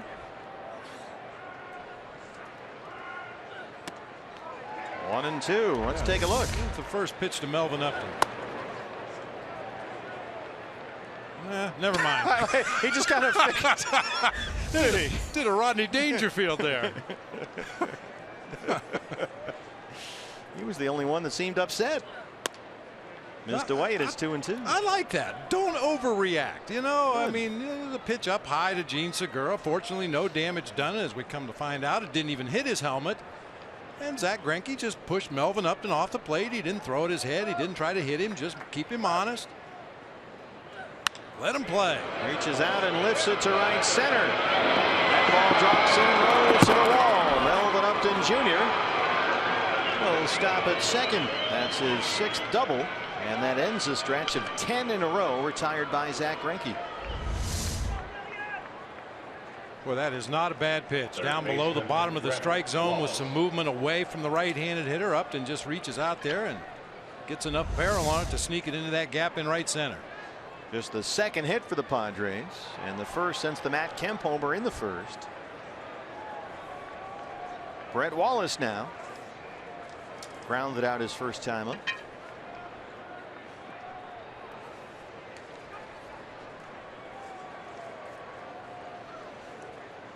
D-backs have the shift on.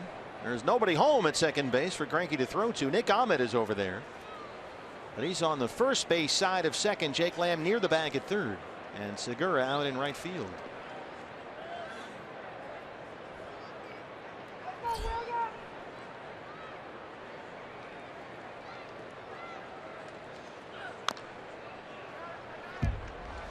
Hey fans, we encourage you to get to any game this season with the D-backs Value Pack. The Value Pack includes a lower level bleacher ticket, a Subway sandwich, and a Pepsi, all for just $25. It's available for every game, including Memorial Day this Monday. Visit dbacks.com/value. Yeah, come on out tomorrow. Watch Archie Bradley pitch against the Padres in this series finale. Or Monday, Memorial Day, a 1:10 start. Come on out and watch the D-backs debut of Edwin Escobar against the Houston Astros.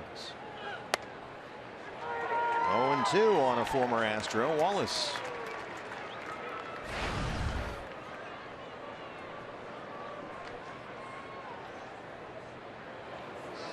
Beautiful night to be at the ballpark. Roof and panels are open. It's very comfortable here in downtown Phoenix on this Memorial Day weekend. Glad you're with us on Fox Sports Arizona and all over the world.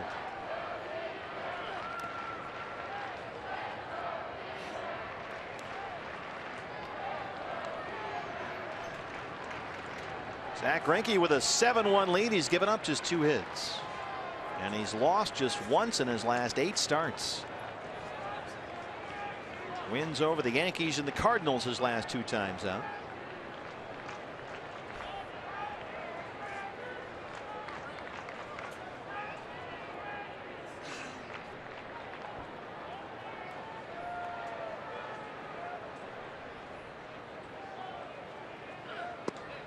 Two and two. It's been quite a turnaround for Zach. Remember, he went winless in his first 3 starts with the Diamondbacks, but has really started settling in. He's won 5 of his last 8 starts. The ERA just a tick over 3.5, and he's working deep into ball games. He's beaten the Giants. He's beaten the Cardinals twice, the Braves, the Yankees.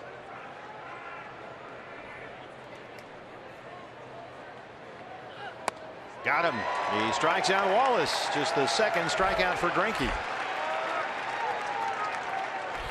Well, he certainly doesn't need me to make any excuses for him, but early in the season, if you think about it, Zach Greinke still learning Wellington Castillo behind the plate. Wellington trying to learn his new right-hander, and there were a lot of games. There was a lot of head shaking out there on the mound. You rarely see that anymore. I think they've finally gotten comfortable with what pitches he likes to throw and what counts to what kind of hitters, and it's been much more seamless. Derek Norris, the catcher, grounded out his first time up. Upton is the runner at second, 1 out.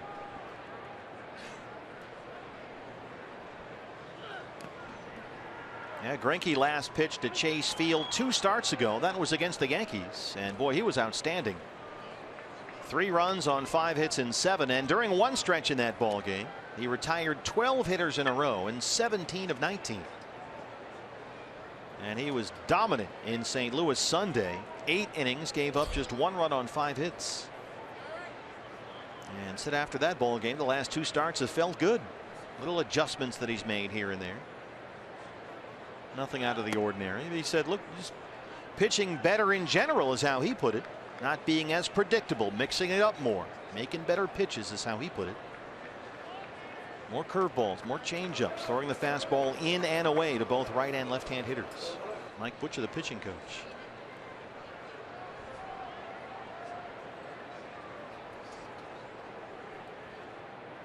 He felt he was a little too predictable early in the year, especially against left-hand hitters. Look out! That bat goes 4 rows behind the D-backs dugout. There's a little guy down there. And the terrific staff here at Chase Field attends to him immediately.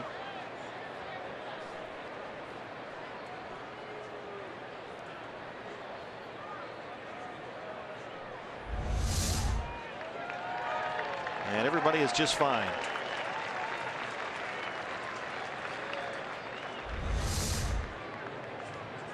I think he's just more scared than anything else. Everybody around him all of a sudden was jumping up in the air. I don't think you could see the bat coming at him.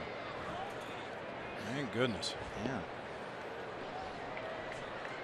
60 pitches for Greinke, 36 strikes. Norris gets this up in the air, deep left field. Brandon Drury's got room.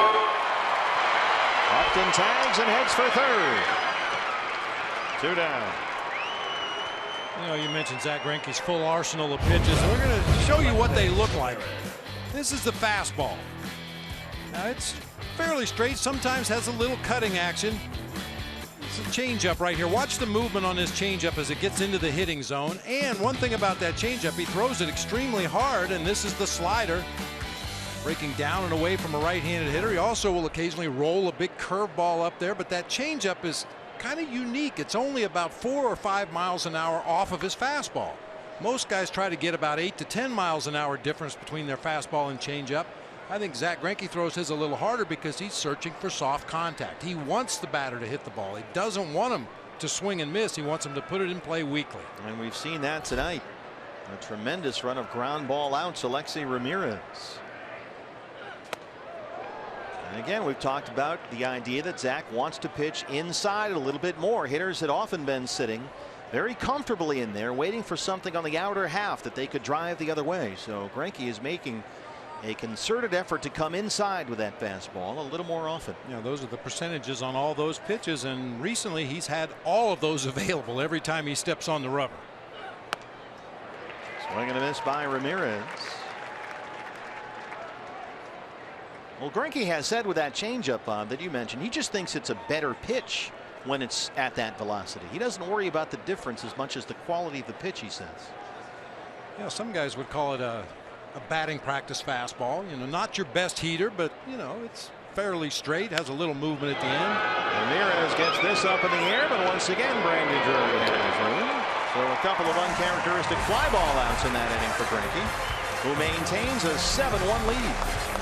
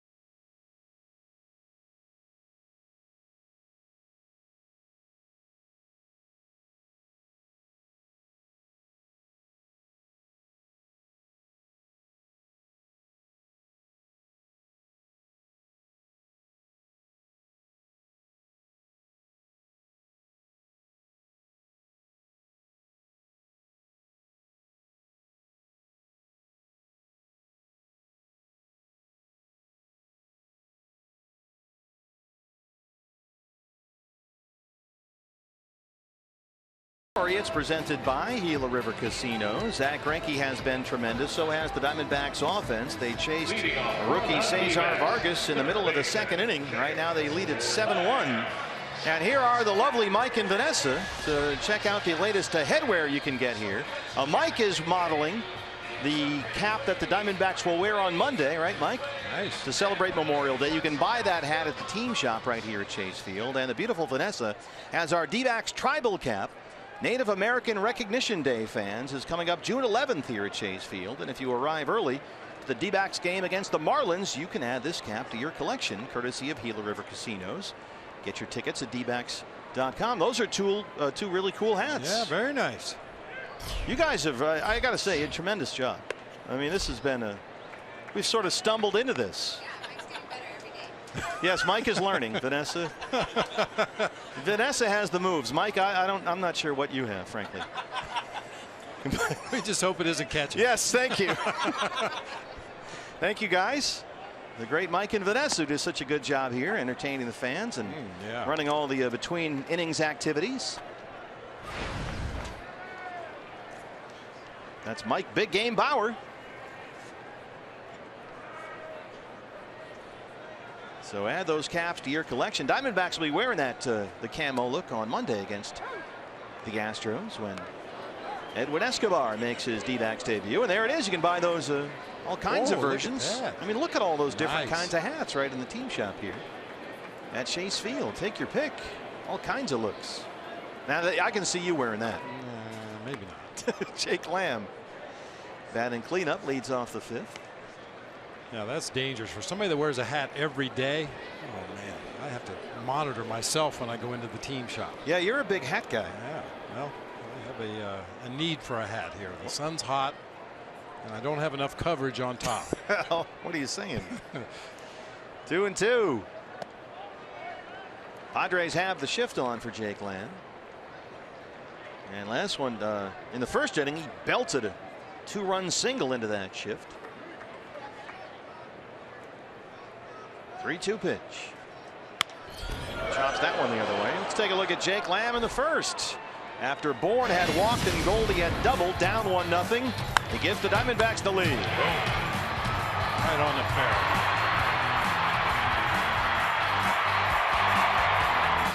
So the D-backs got those 2 runs in the first. They added 5 more in the second. And Jake, whose mom is here with us today, works a walk to lead off the 5th. First walk issued by Luis Perdomo. And here's Dave Wellington. See if Jake Lamb draws a throw over there at first base. Even in a 7-1 ball game in the bottom of the 5th inning, opposing teams apparently think Jake Lamb is extremely fast and is about to steal a base every time he gets on. It does happen a lot. You're right. For the record, he is 3 for 4 in his stolen base attempts this year. He holds it first, and there's ball 1. We want to welcome those of you who are watching the basketball, the NBA, which I'm told is still going on and probably will be for, I mean, the playoffs are still going on. Probably take another 3 months to wrap that up. But the Warriors, who were on the brink, beat the Thunder 108-101. Game 7 will be Monday night. Yeah, Golden State, it wasn't looking too good for them. Steph Curry, the whole thing. But they got a big win. They won by 7, and they forced a game 7. And that's, of course, once they start the finals, then that should take probably another 6-8 weeks. Uncle. I see the LeBron team. They qualified for the final. That would be the Cleveland Cavaliers? Yeah. They're in there. Boy, they've been running up some ridiculous margins. One might say redonkulous. Redonkulous. Or one might not. 2-1. Yeah, Curry and LeBron, that'd be a good final. 2-2. That was the final last year. My NBA sources tell me. So we're told, yeah. Yeah. The Suns will not be playing. Not this year. Soon. 2-2. Reaches out, it kicks off the mound and rolls into center. A base hit for Wellington Castillo, and Jake Lamb hustles into third.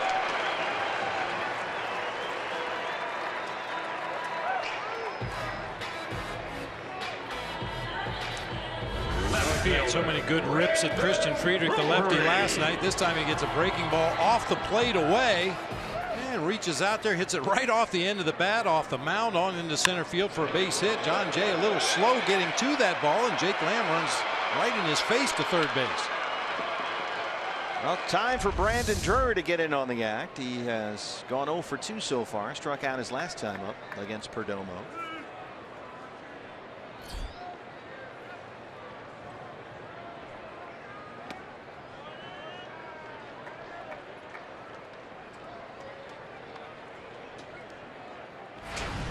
Brandon, his last 16 games at Chase Field, not bad. 375 and 5 homers.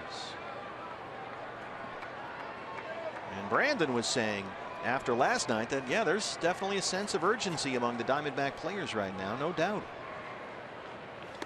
That one got away. Here comes Lamb, and he will score. It's 8-1.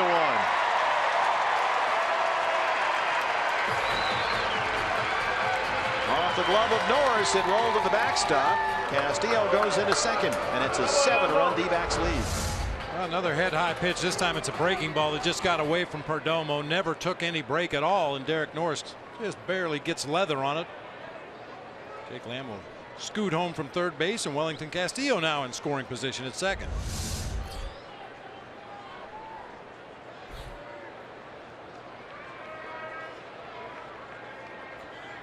Wild pitch is charged to Perdomo. 2-0 on Drury. We just showed you those numbers for Brandon Drury recently here at home. I don't think it makes any difference to him whether you're playing at your home ballpark, a road ballpark, in a parking lot. Makes no difference. He's going to bring the same game every day. His makeup is off the charts. He is a baseball gym rat.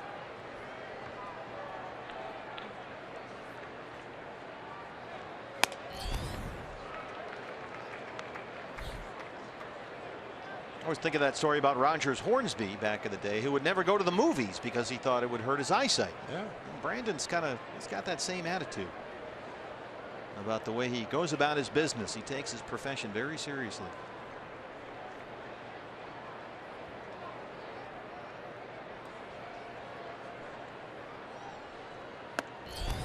He's off that one and works a walk. Second walk in the inning issued by Perdomo. The first one Lamb just scored. And the D-backs have first and second, nobody out for Chris Owings, and Andy Green might be making a move here. With Perdomo approaching 45 pitches, there's action in the Padre bullpen, so a double switch is on the way as Alexi Amarista comes out of the San Diego dugout. We'll sort it out when we come back. D-backs lead at 8-1 and threatening more.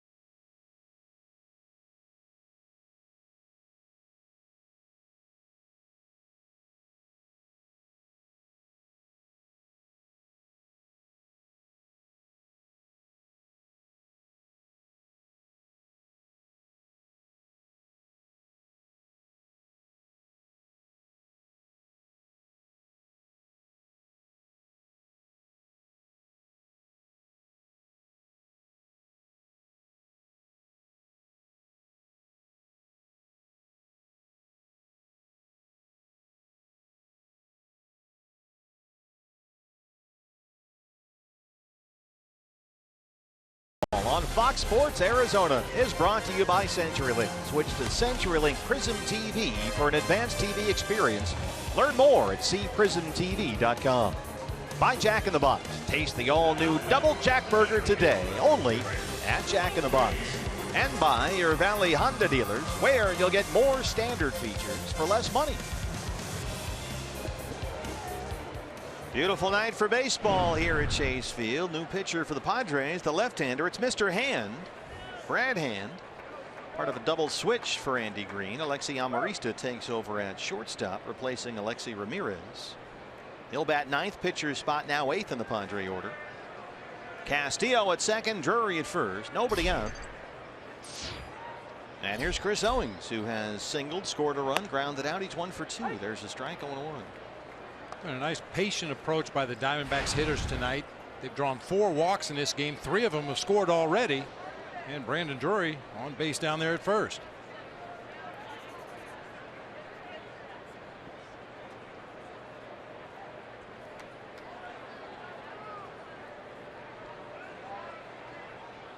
Look out, Matt Williams. Wow. That was a rocket off the front of the Diamondback dugout.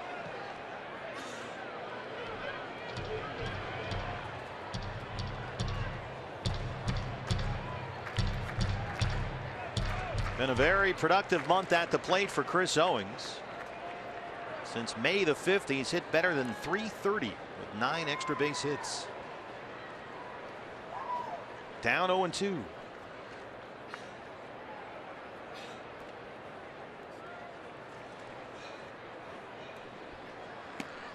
He's off that time, a ball and 2 strikes.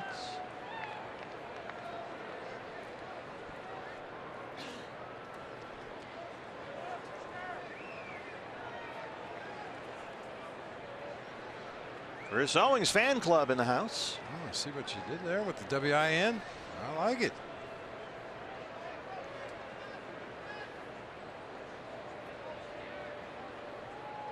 There's no I in team, but there is an Owings. That's a little tapper in front of the plate. Norris is on it. Got to hurry, and they get CO. Runners move up.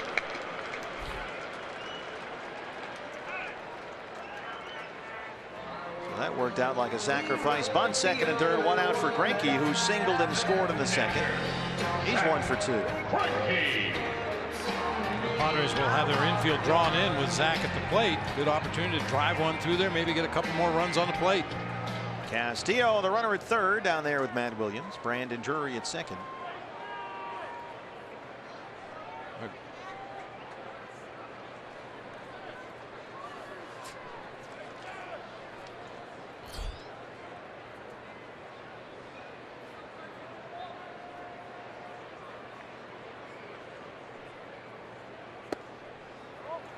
Ball 1.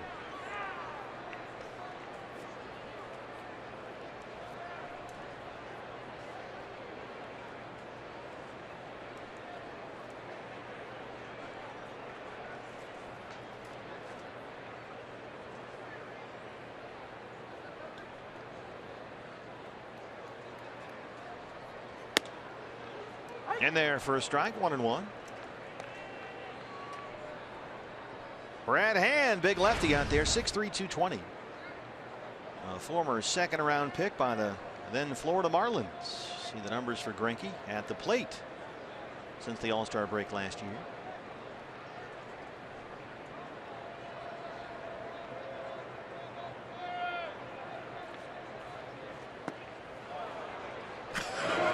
How about Greinke wants the appeal, and then he can't believe the reaction from Bill Miller, crew chief down there.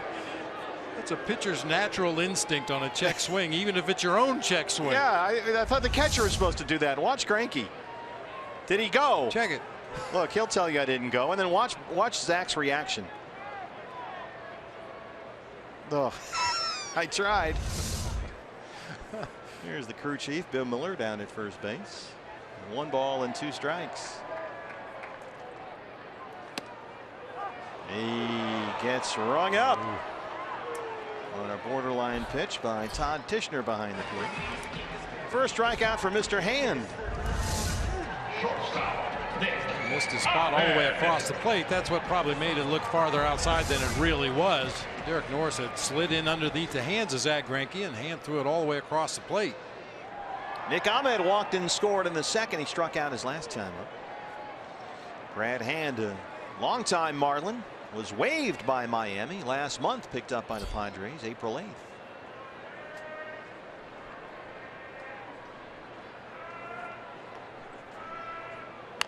That one's chopped foul.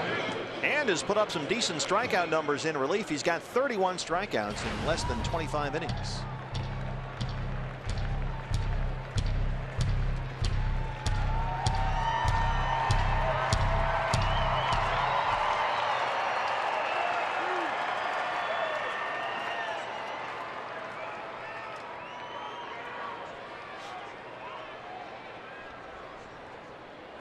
Castillo at third, Drury at second. Nick down 0-2. He's hit safely in 5 straight games, and 7 of his last 8, Nick Ahmed.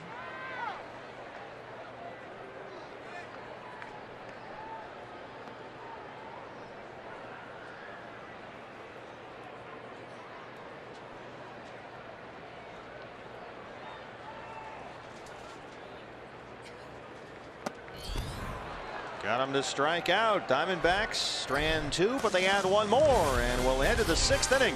They lead the Padres 8-1.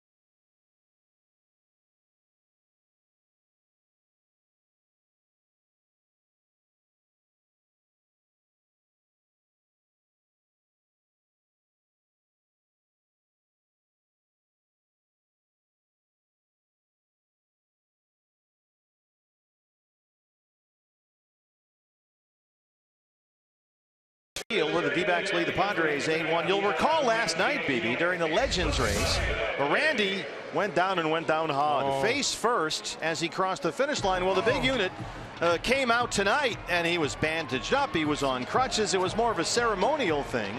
He was going to try and go, but expectations were low. But then suddenly some chicanery, and he took off and just ran away from the field. Look at the reaction there from Gonzo, and he coasted home for the big win.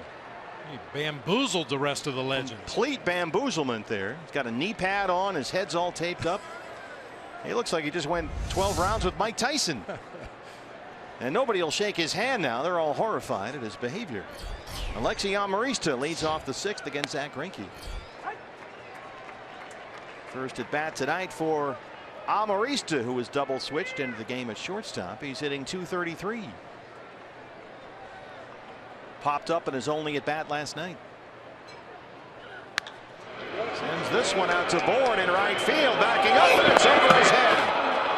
Amarista can run. He's going to stop at second. And that is just his 2nd extra base hit this season. Alexi Amarista, leadoff double.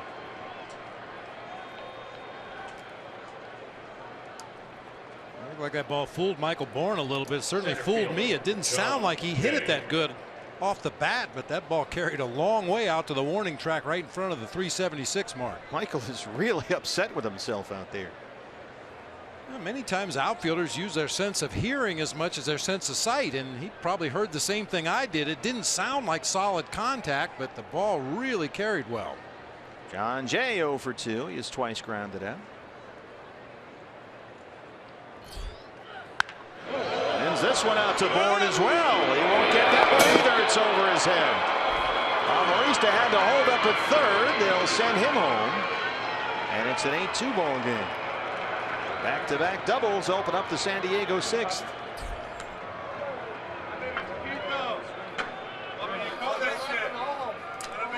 Well, that one sounded like solid contact.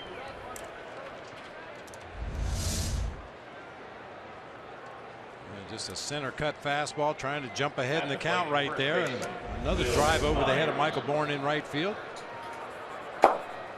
So it's an 8-2 ball game. Here's Will Myers, who's 0 for 2. Boy, John Jay having a good series. He's done a nice job this year. His 14th double. Last night he singled, doubled, and scored twice.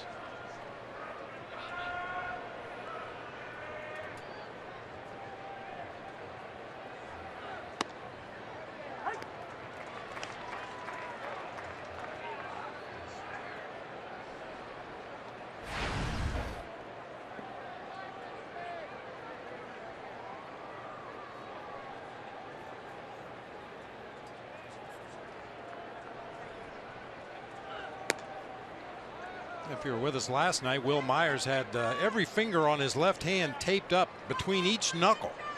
Mentioned he never used his batting gloves. Probably has all kinds of blisters and calluses on that hand, but no tape tonight.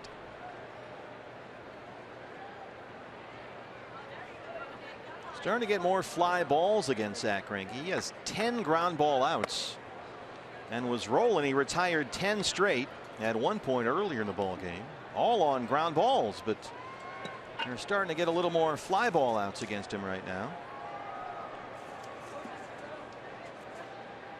That's our Quicken Loans Rocket Arms look at Zach Greinke tonight.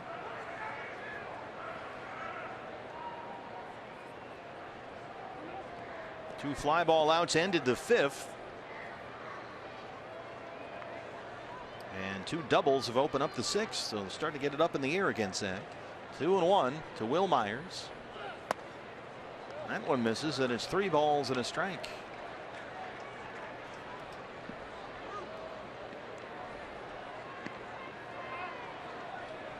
Myers was on base 3 times last night. He singled, walked twice, had an RBI. He's had some tightness in that left forearm. He's got the sleeve over it. Full count, 3-2.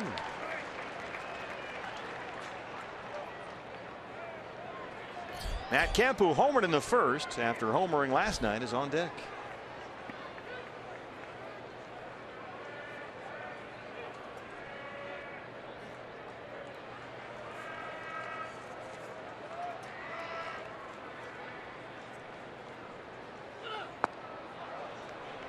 Starting to get away from Zach a little bit here. 2 hard hit balls to right field, and now a walk to Myers. His first base on balls tonight. Mike Butcher, the pitching coach. Right fielder Matt Kemp. Well, Matt Kemp really enjoys Chase Field. We've seen that in this series. He said last night this is a very hitterish ballpark, in his words. That's a Bob Brenly term. That's a baseball term. You watch guys play often enough and get used to their swing and when they're good and when they're bad. I don't think it has anything to do with the ballpark. I think it has more to do with what Matt Kemp is doing at a particular time. His homer in the 1st, his 12th of the year. Kemp says he's played a lot of crazy games here at Chase Field. Seen a lot of crazy things happen in this ballpark. He's 4th on the all-time homer list against the Diamondbacks. Number 1 is Barry Bonds. Number 2, Todd Helton. 3, Adrian Gonzalez. And Matt Kemp, 1 behind Agon.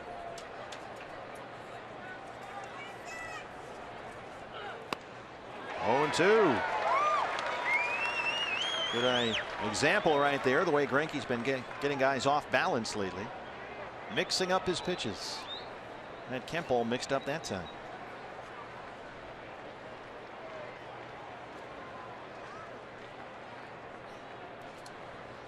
The fastball, the changeup, curveball, slider. He's got just about everything up there.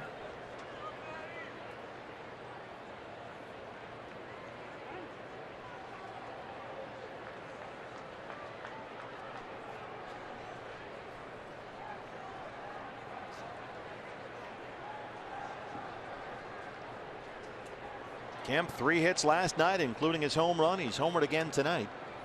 But Greinke's ahead 0-2.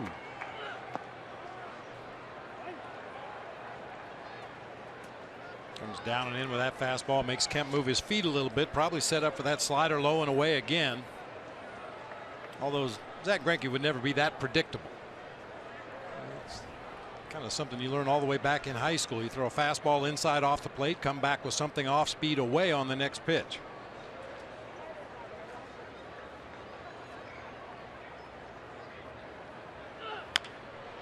Reaches down and gets that one, but fouls it off, and it stays 1-2. Tonight's greater coverage of baseball presented by T-Mobile takes a look around the rest of the National League West.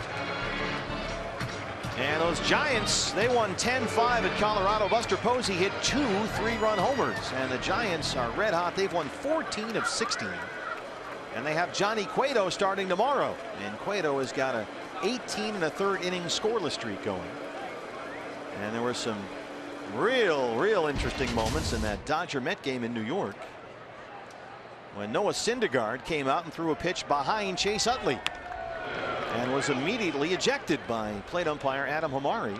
Terry Collins went bonkers as they ran Thor right out of there. But the Dodgers then came back once Syndergaard was out of the ball game, and they thumped the Mets 9-1. Did Utley hit a home run later in that ball game? He hit a grand slam, I believe. Of course, that all goes back to the roll block on Ruben Tejada in the postseason last year. So Syndergaard threw one right behind Utley and was gone. Terry Collins came running out.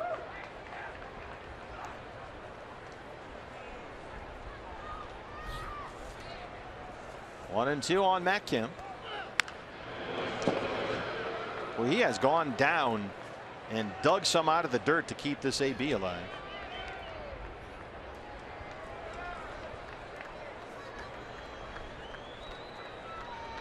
It's getting a little breezy up here.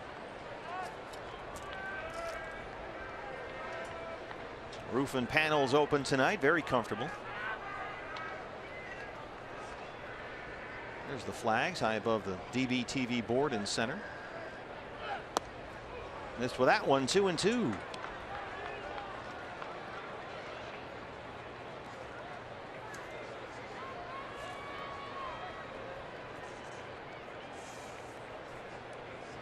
Bullpen still quiet for the Diamondbacks with Greinke at 80 pitches. He's been going deeper and deeper into games lately. His high for the year is 107 pitches. That came in his last start Sunday in St. Louis. Another foul ball by Kemp.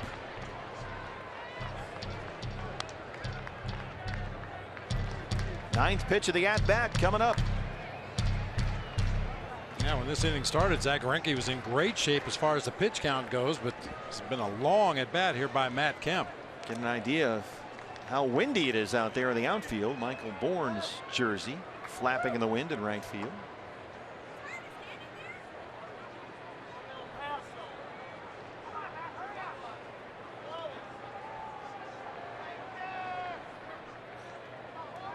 Two and two. Uncle. You can see Wellington Castillo going down to block that ball. And Matt Kemp still manages to get a piece of it, keep the at-bat going. The pitch was well out of the strike zone, nearly in the dirt. Watch Castillo. He's going to block that ball, and somehow Matt Kemp fouls it off. These are the pitches that Greinke usually gets strikeouts with. But Kemp has managed to extend the at-bat. 10 pitches.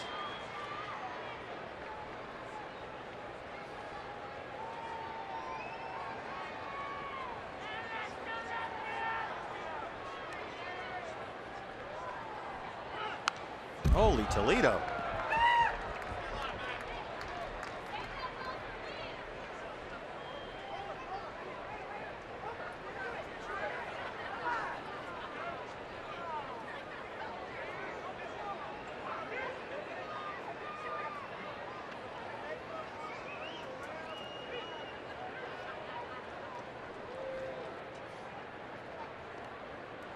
John Jay, the runner at second. Will Myers at first. That one misses away. It's a cross up there. 3-2. Watch Wellington react to this one. He thought that ball was going to do something else. Everything down, down, down. Most of them out of the strike zone down. Solarte, who homered twice last night, is on deck.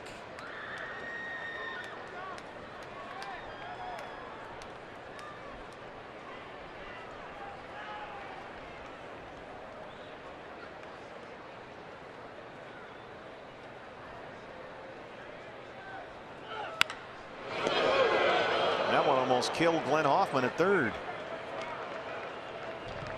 This is a big league at bat right here. And when this at bat started, Zack Greinke was at 72 pitches for the ball game. He's up to 84 now. 12 pitches to Matt Kemp. He was also only 25 years old. He's now 31.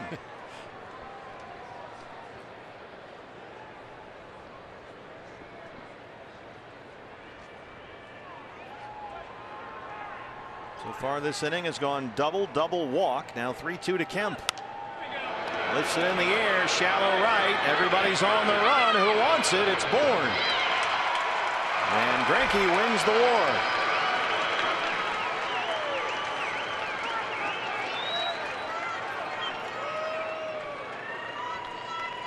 Boy, that should have been worth 2 outs. Yeah, it should have been. And this is a good move by Mike Butcher. I was hoping somebody would go out there and give Zach a little bit of a blow before he goes to work on Solarte, a guy that's been swinging the bat well in the first 2 games of this series. Just let him kind of regroup out there after that long at bat. Yeah, Solarte homered twice last night, drove in 4, just the second multi-homer game of his career. And so far tonight he's 0 for 2. You can see Greinke 22 pitches already to get 1 out in this inning.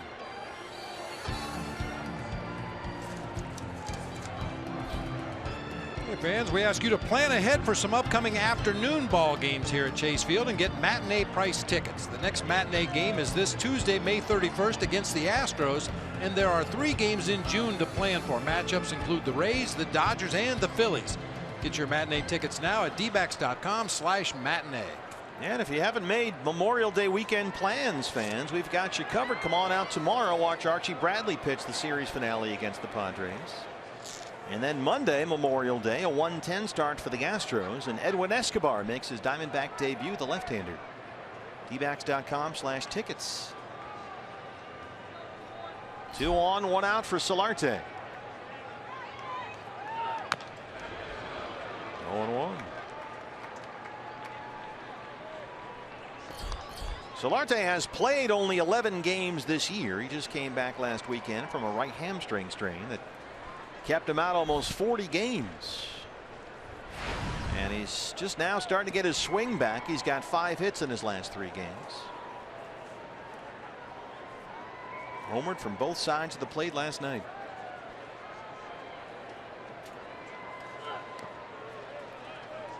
One and one. This is a guy Matt Kemp says, Yangervis Solarte, who has got a lot of swag. Andy Green says, you know, when you're around the Padres, you will hear Solarte's voice in the clubhouse. You'll hear it in the dugout. Andy thinks this is a much needed personality for his ball club and a much needed bat as well. In there tonight in the cleanup spot, and he takes ball 2.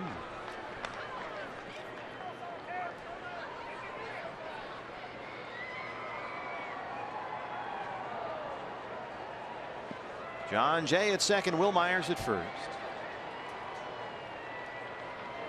There's Andy Green, D-backs third base coach last year. Start to get some action now in the Diamondback bullpen. That one is bounced fair. It's a fair ball, and it rolls up the right field line. Jay will score. Myers had to hold up. It's 8-3. And Solarte's at second. That one seemed to kick off the bag and roll away from Goldie. Yeah, what a lousy break that time. That ball hit. Well, the base is in fair territory. I was going to say the foul part of the base, but the very edge of it right there, and then kicks away from Goldie into foul territory. What a tough break. That's a double and an RBI for Yangervis Solarte. An 8-3 ball game. Yeah, that just spun away like a pinball. A head of steam rolling away from Goldie, who chased it down, but by that time Jay had already scored and Myers was in at third. Melvin Upton Jr. doubled his last time up.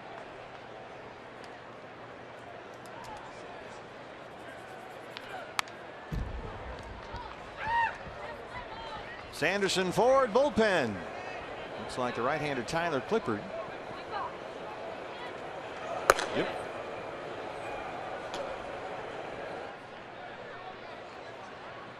That's the third double for the Padres in this inning against Greinke.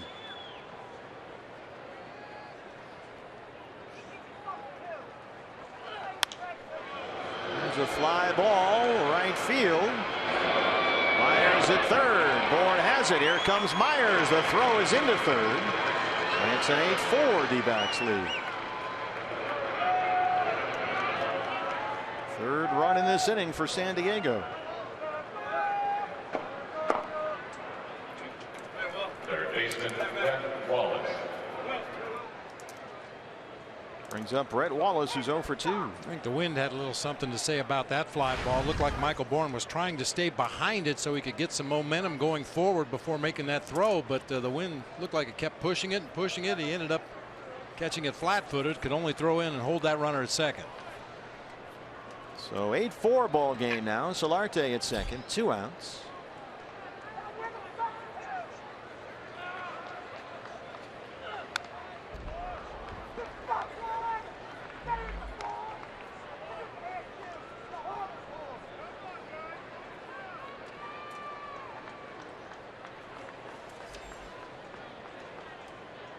Well, if Greinke can get through this inning, and there's no reason he shouldn't, still at 93 pitches.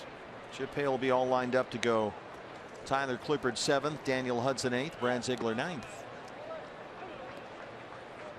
And as we talked about last night, Chip's been talking about calming down the middle parts of the ball game, and it was fairly calm until this inning. But if Zach Greinke can get through the 6th here, it would set up well for the rest of the bullpen.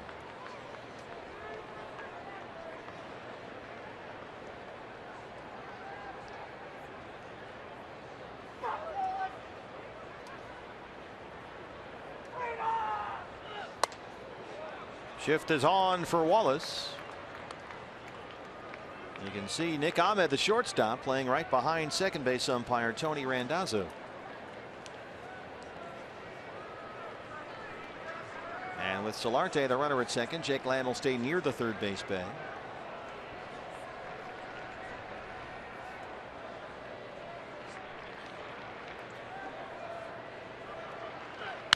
That's a smash.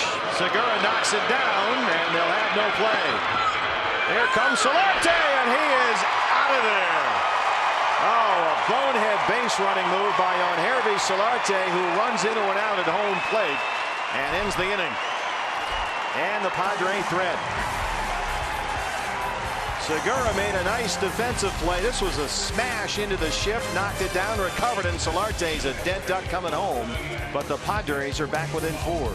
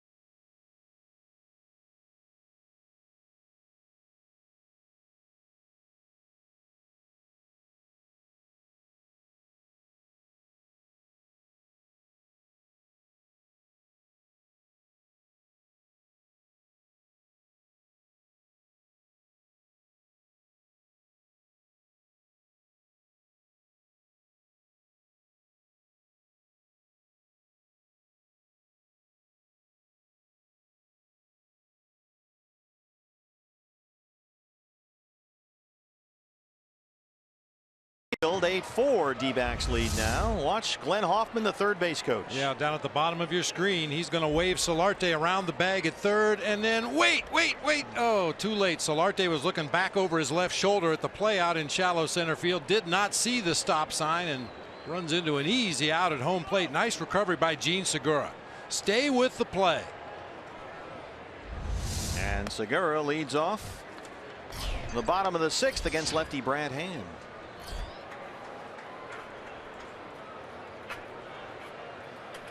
Well, we see that all around baseball. Base runners that turn their head all the way around and look back over their shoulder to see what's going on behind them. That's why the coach is there.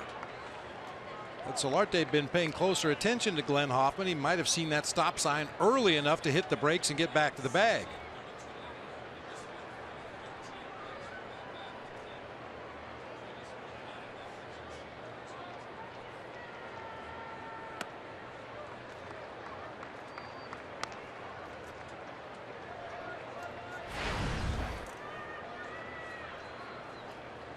This would be a good time for an echo inning. Heard a minor league manager call it that one time. When the other team scores run, you score runs. If they score 2, you score 2. Well, Segura drove in a run in the 2nd with a sac fly. He's 0 for 2.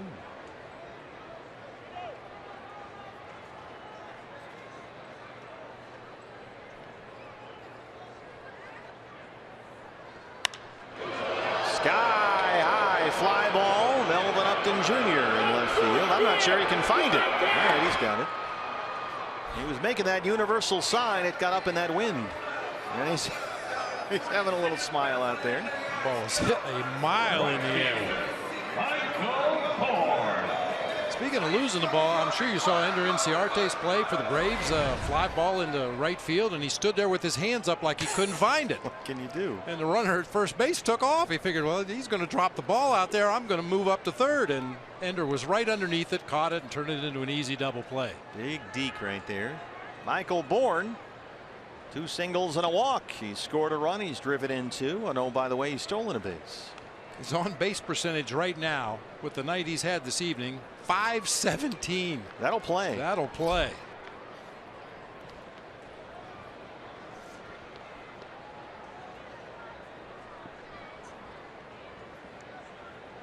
Wallace comes in on the grass at third. Bourne shows bunt and takes a strike.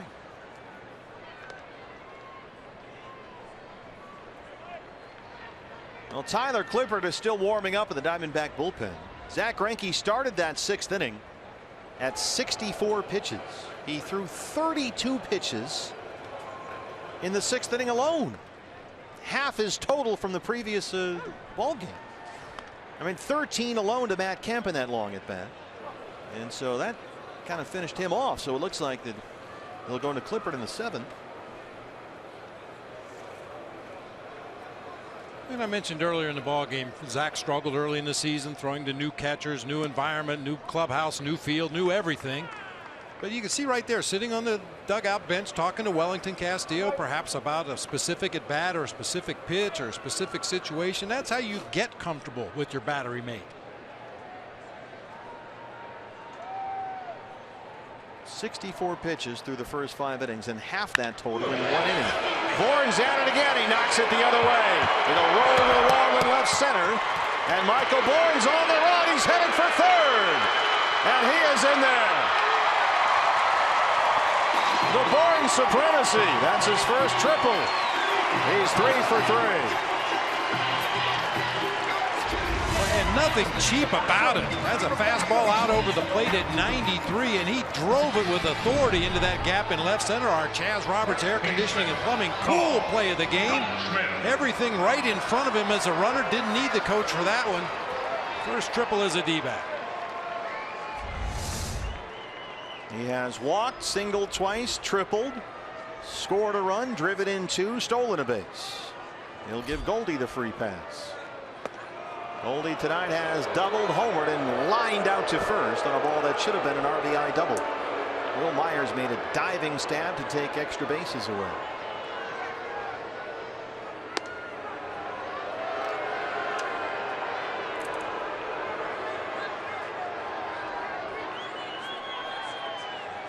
Fans here at Chase Field tonight want to see Goldie swing the bat again. Well, they got a left-hander out there and a left-hander on deck, so this makes sense.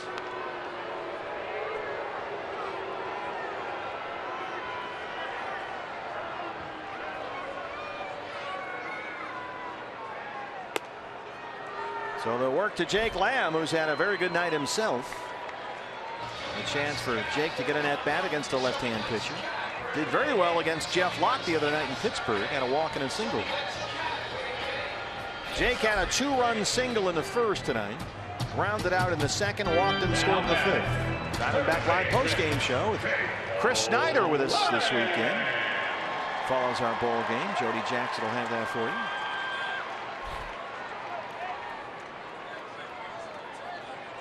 So 1 out in the 6th. Bourne the runner at third and Goldschmidt at first. You see Derek Norris come out in front of home plate to let his infielders know where he's going to throw the ball should Goldie attempt to steal. And Brad Ausmus, now the manager of the Detroit Tigers for the time being. When he was a catcher with the Houston Astros in a similar situation, it wasn't what he touched. His shoulder touched the glove, touched the mask. None of that meant anything. What did he do for the secret signal? After he gave all the signs, if he turned to his left to go back behind home plate, he was going to throw the ball to third base. If he turned to his right, he was going to throw the ball through to second base. I love it. Very simple. Simple is good.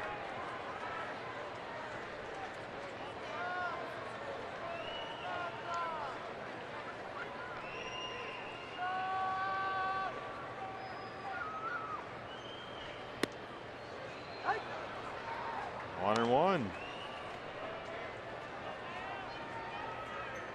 Jake has now hit safely in 7 straight games, 12 of his last 14.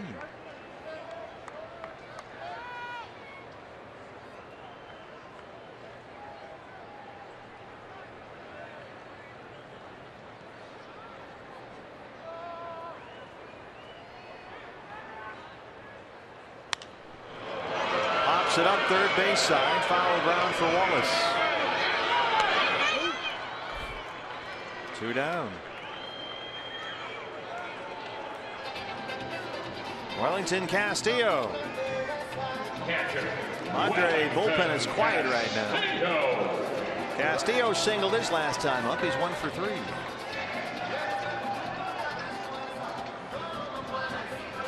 It's been slow going at the plate lately for Welly. 6 for his last 41 up there. And he's down to just under 270 for the year.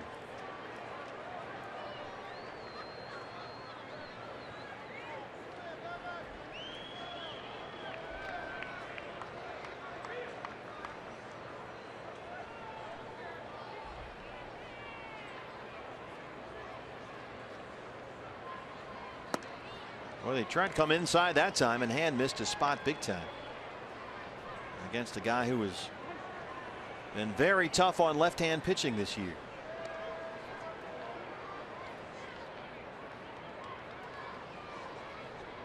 You were saying, Bob, last night against the lefty, he almost saw the ball too well, Wellington Castillo. Yeah, it was just like a beach ball coming up there, and his swing got bigger and bigger and bigger with each passing at bat. That was against Christian Friedrich. Up against a left-hander right here again in Brad Hand. He's off that one at 95, and it's 2 balls and no strikes.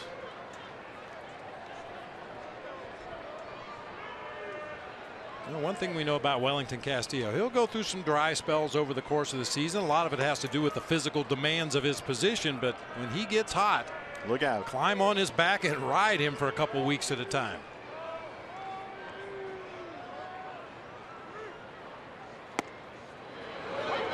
And that's a sign where a guy's messed up. When you check swing on a 2-0 pitch, there's too much going on between the ears.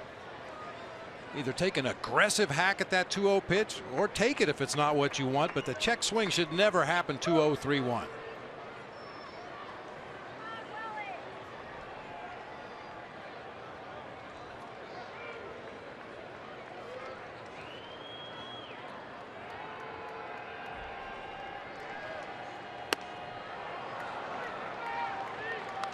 Not a great swing there either. 2-2. You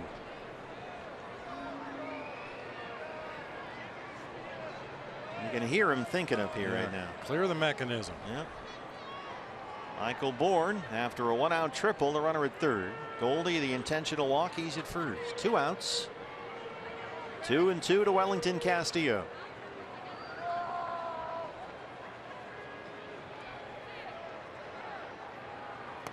Got him. Although Norris can't find it, they'll have to complete the strikeout, and they do.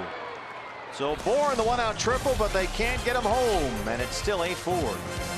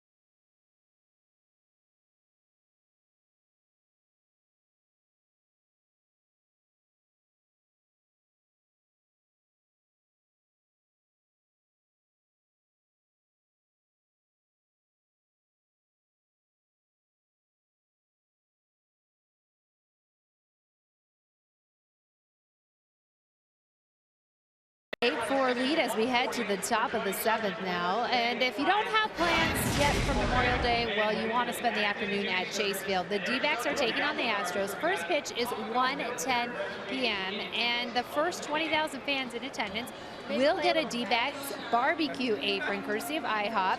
For tickets, you can go to dbacks.com, and if you check it out, the players today, well, they had a little fun trying on the merchandise. Right here, Chris Herman from Texas.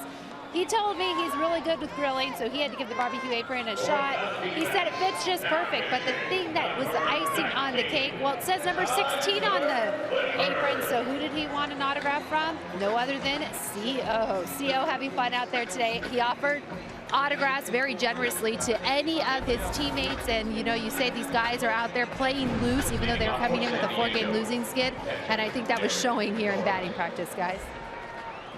He's got the 2016 number on there, but Chris Owens taking advantage. Your Arizona Federal Credit Union pitching change. Tyler Clippard at 2.50 ERA in 19 appearances.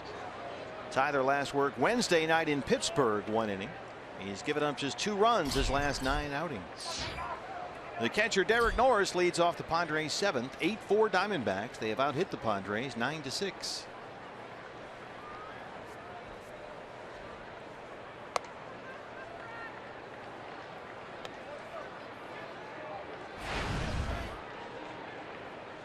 Norris 0 for 2 tonight.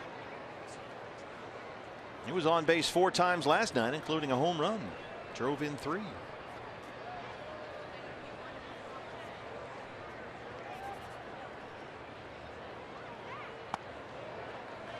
Starting to feel a little like Candlestick Park in here. There it is. Yeah, I know how you get emotional when there's trash on the field blowing in the wind.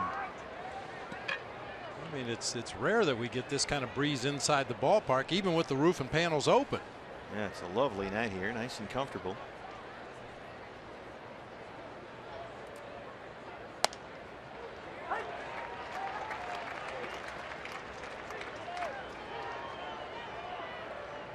Tyler, 18 innings of work this season, 18 strikeouts and 19 hits allowed.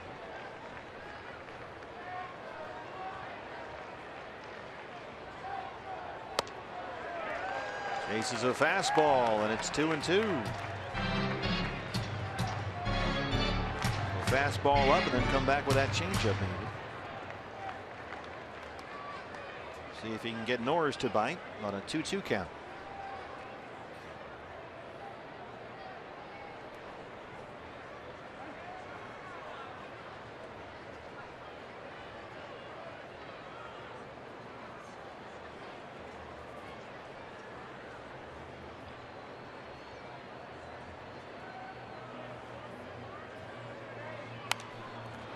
Coming at you, BB. Just a little short. Somebody hold on to Dennis Lamb. Dennis, stay in the booth, please. We almost lost Dennis Lamb. The latest episode of the Dennis Lamb Show. I think he just gave you the Johnny Carson. And we are back.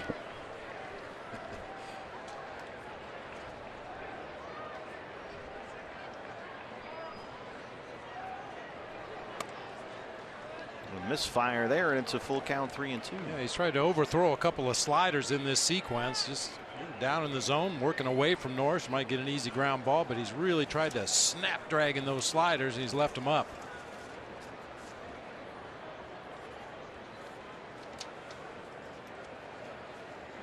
Three-two pitch. That one is headed for the left field corner, but out of play. Hey fans, here's your chance to beat the heat. Tonight's word is vacation. Log on to foxsportsarizona.com/beattheheat. Enter that word and you'll have a chance to win a trip to San Diego for the July 4th weekend. From now through June the 5th, we'll give you the word of the day every game. Once you see it, go to foxsportsarizona.com/beattheheat. Enter that word. The more times you enter, the better your chances. The password is vacation. Take a vacation, Derek Norris. Have a seat. There's the strikeout. One away. And that came from that abbreviated delivery Tyler Clippard has started to incorporate in his arsenal. Just kind of walks right into the pitch. Very short wind up. Gets that high fastball at 91 right by Derek Norris. Travis Jankowski. Travis Jankowski will take the at bat now. Pitcher spot is 8th in the San Diego order after the double switch. Jankowski 237. Just one extra base hit and one RBI. He checked into the ball game late last night, had a couple of hits, both singles.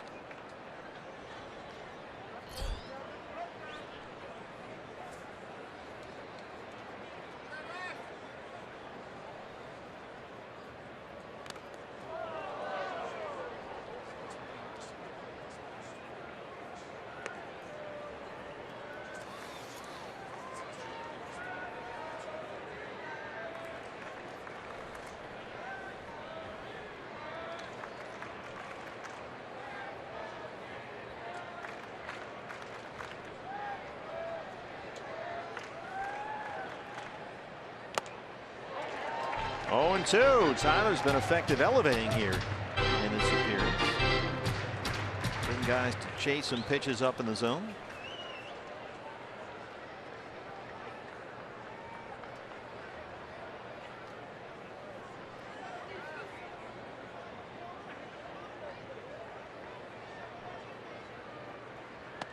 Got him. 2 up, 2 down for Clippard. This slider, he backs off of it a little bit, gets that downward movement, not a lot of lateral movement, but catches that outside corner of the plate. The shortstop, Alexi Amarista, doubled and scored his first time up.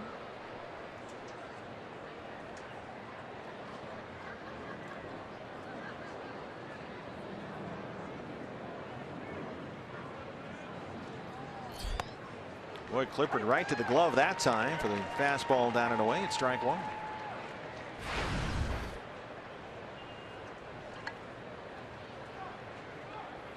Marista's double in the 6th, just his 2nd extra base hit all year. He's been out for much of the season with a right hamstring strain. 1-1. It's like a new toy for Tyler Clippard, that abbreviated wind up, step into the throw. He really falls off to the side of the mound, though, when he does it.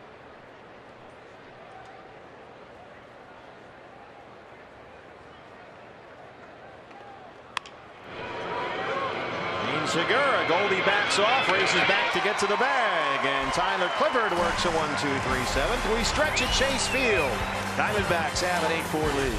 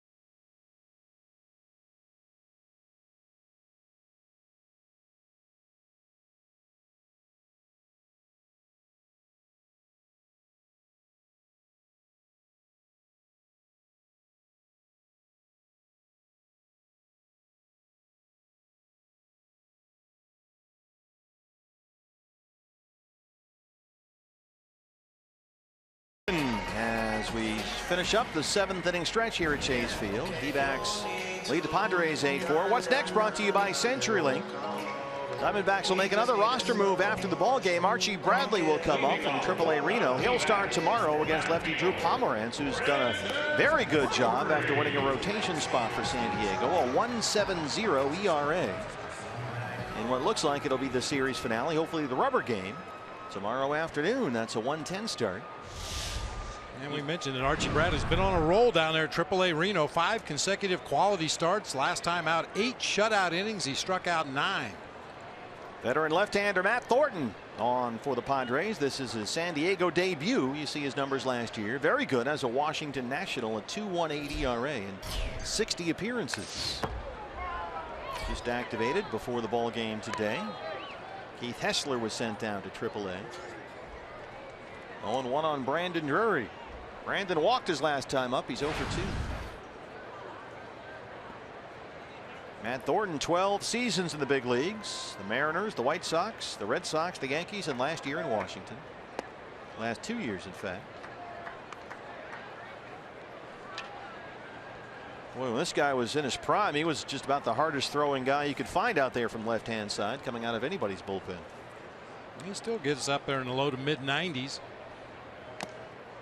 93 that time.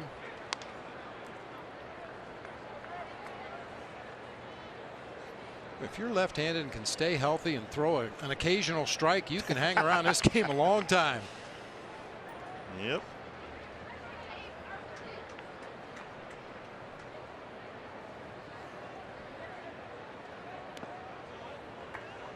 It really slows his delivery down on the changeup. That one at 87 really slowed down about the middle of his delivery until the release point.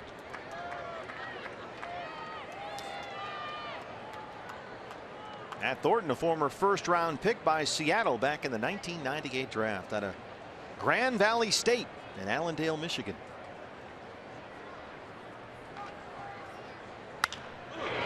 Amarista held high hop at shortstop. There's him out, 1 away. Speaking of left-hand pitchers,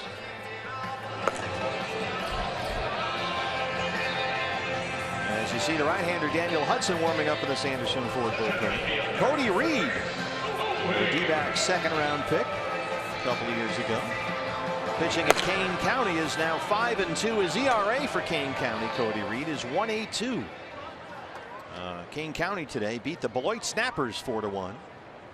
And Cody Reed gave up just 1 run on 5 hits and 7 1/3. He had 8 strikeouts and no walks. He's a former 2nd-round pick by the Diamondbacks, a guy to watch in their system.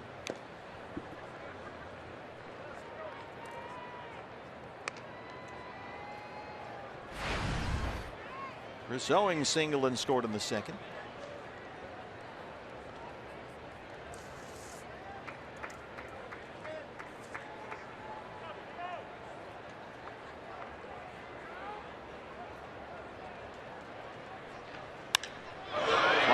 Center field. John Jay backing up at the track at the wall, and he'll play it off the wall. It's gone. That's a home run for Chris Owings. That's the signal. And keep on going. CO is 2nd this year.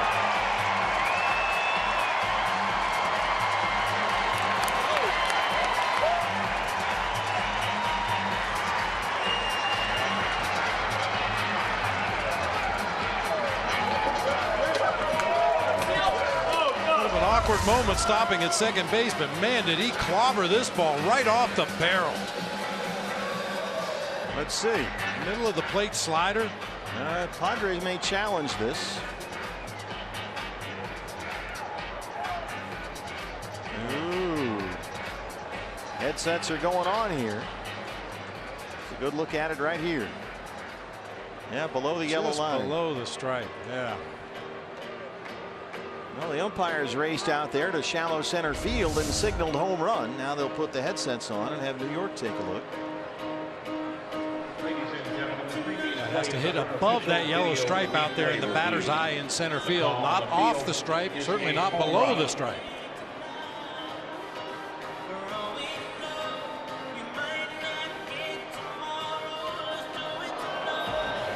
And this does not have to be a challenge, and it's not in this case. This is an umpire crew chief review.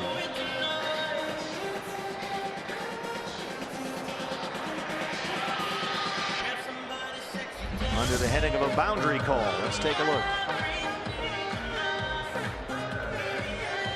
Yeah, that's not a home run. Nope. And they're going to put Chris Owings back at second base. So instead of his 2nd home run, it's his 10th double.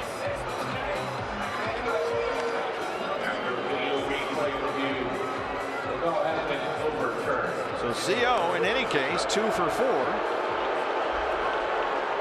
A 1-out double. Pitcher spot is coming up for the Diamondbacks right now, and looks like Ricky Weeks Jr. will take the at bat.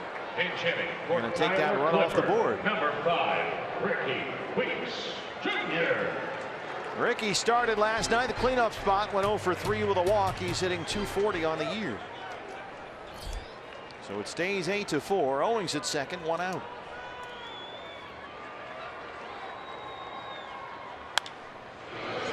Out of play.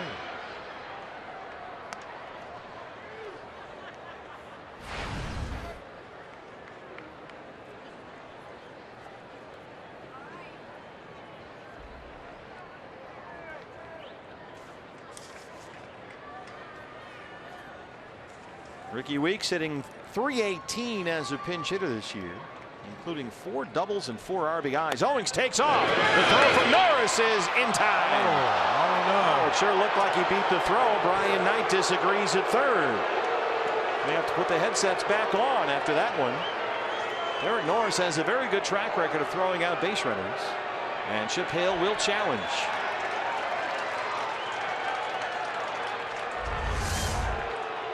CO still down there holding that hand.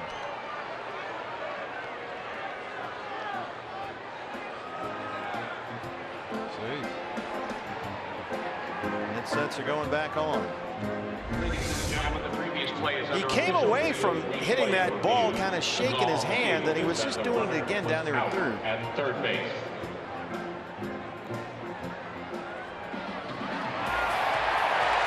And the fans have just seen the DBTV replay. They have made their decision. Not much Wallace can do, just a snap tag there. And you can see the angle that Brian Knight had. He's behind the play. He's looking at the back of Brett Wallace. He can't see that base.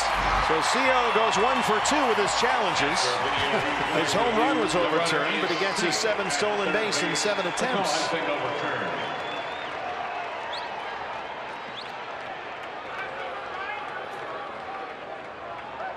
So he's at third now, 1 out, and a 1-1 count on Ricky Weeks Jr.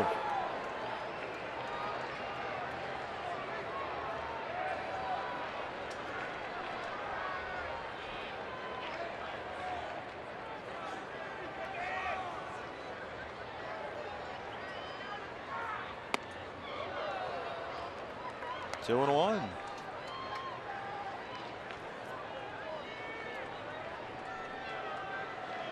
Padres infield creeping in.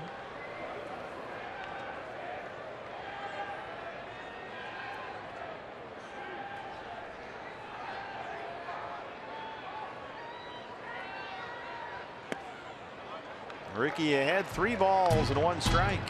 Nick Ahmed on deck.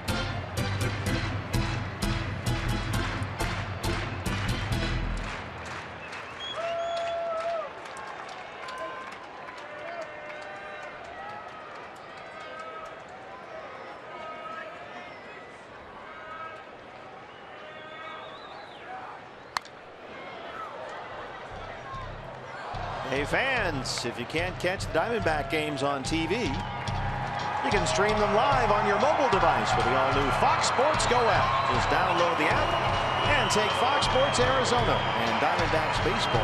We're with you wherever you go. There's the Fox Sports Go app, hashtag wherever you go. Full count on Ricky Weeks Jr. 3-2.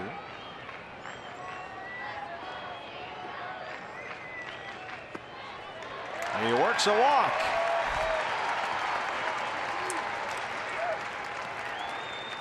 So they're on the corners with 1 out for Nick Ahmed. Padre bullpen is quiet right now. Nick walked and scored in the second. He has struck out his last 2 times though.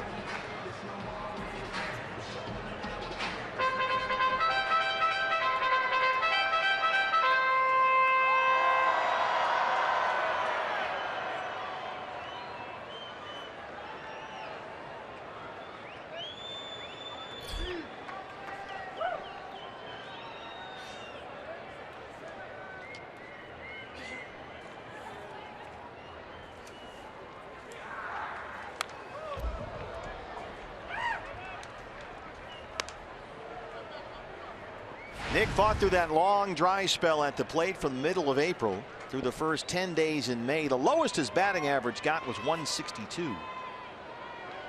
But he's looked to be turning the corner.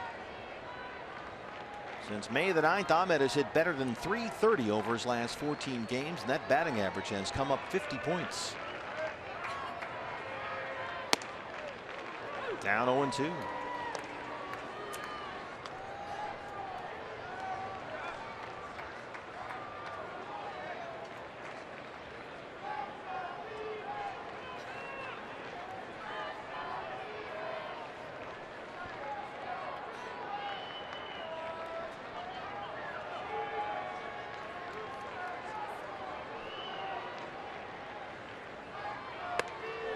Waves at that one, strikes out for the 3rd time, 2 down.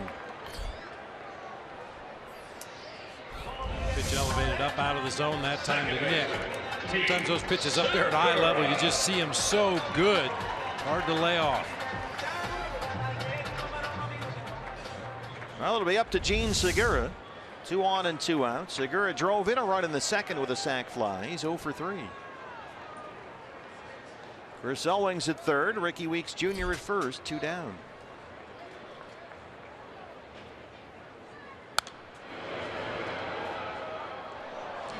In honor of Memorial Day weekend, Fox Sports Supports is proud to team up with emerging vets and players dedicated to ensuring our nation's warriors can be as productive off the field as they were on it by joining combat veterans with former athletes to form a common bond over dedication and teamwork.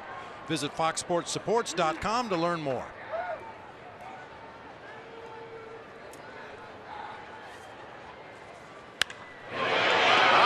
Is there and handcuffed him, but he held on and made the catch. Thornton strands 2. It stays 8-4 Diamondbacks.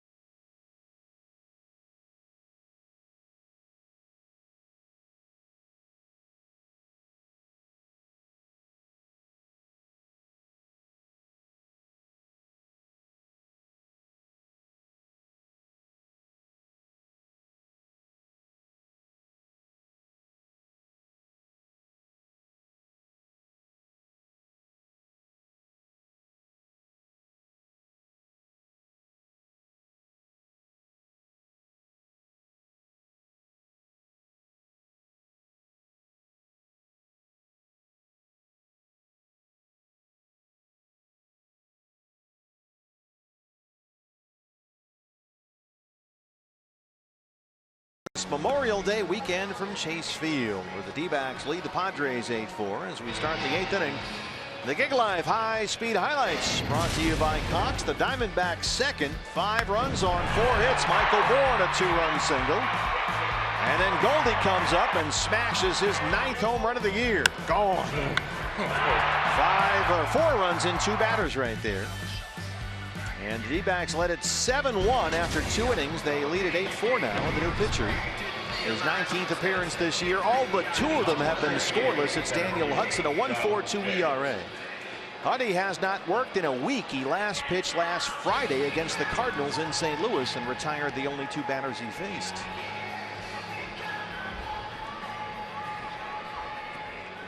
He'll work to the top of the Padre order here in the 8th inning. John Jay, Will Myers, and Matt Kemp, 1, 2, and 3. As a general rule, when a guy that throws as hard as Daniel Hudson hasn't pitched in as long as he hasn't pitched, the velocity should be there. The command maybe not. We'll see how it goes. Jay doubled and scored his last time up. He's 1 for 3. Chases a high fastball, and it's 0-1.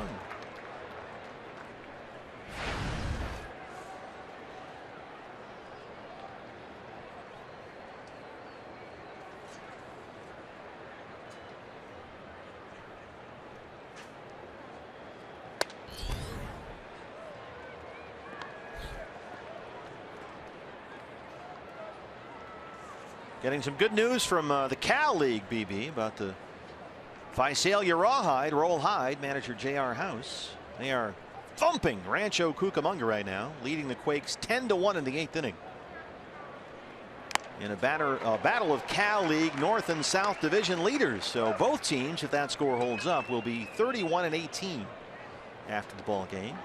Visalia and Rancho Cucamonga.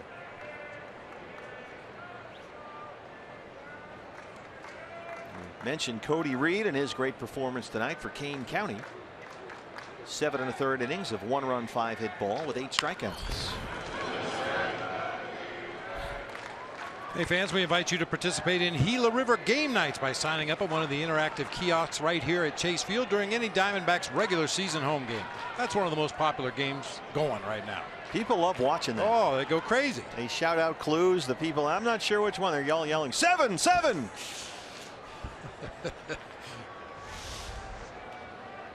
1 and 2 on John Jay.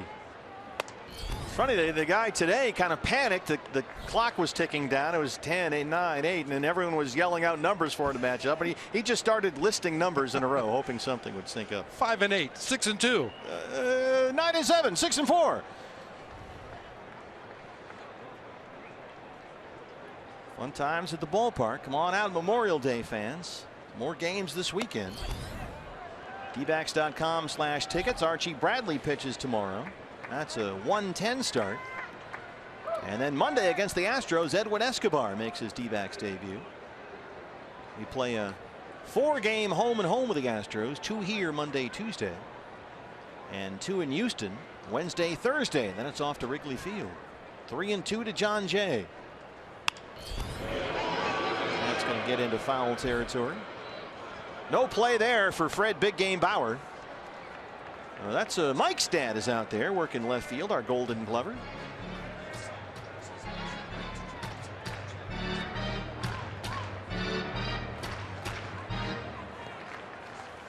We got Dick Wrong Way Roberson working the right field corner tonight. Another 3-2 pitch to John Jay.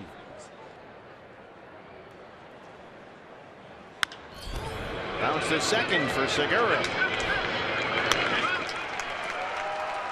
How about this, partner? Sydney's in Seattle, isn't she? She is. She went to the Mariners last night and the Seattle Storm tonight. Well, if she would have been at the Mariners game tonight for batting practice, she would have seen Nelson Cruz hit a ball completely out of Safeco Field. It's never been done before. In BP. In BP. Now, I say that because that panel right there above where it says National League West champions, world champions, Mark McGwire hit a ball through that panel. There he is, the Padre bench coach. And of course, it's batting practice. It doesn't count for anything, but that's the stuff of legends. They'll be talking about Nelson Cruz in Seattle for years, just like we talk about Mark McGwire hitting one completely out of then Bank One ballpark. Nelson Cruz, known in Seattle as the Boomstick. In fact, they had a Boomstick bobblehead day earlier this year. And now you know why. Diamondbacks have the shift on for Will Myers, who's 0 for 2. He walked and scored his last time up. Segura will play on the shortstop side of second.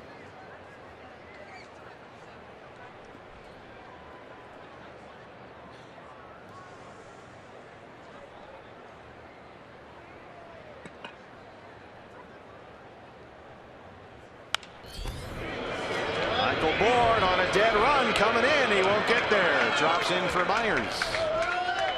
A 1-out single.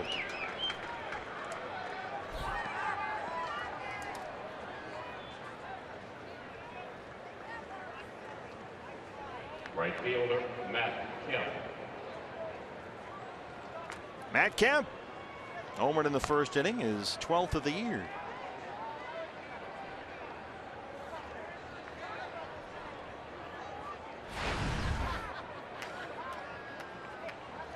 So a ground ball for Huddy, a bloop single by Myers, a 1-out base runner now for Kemp.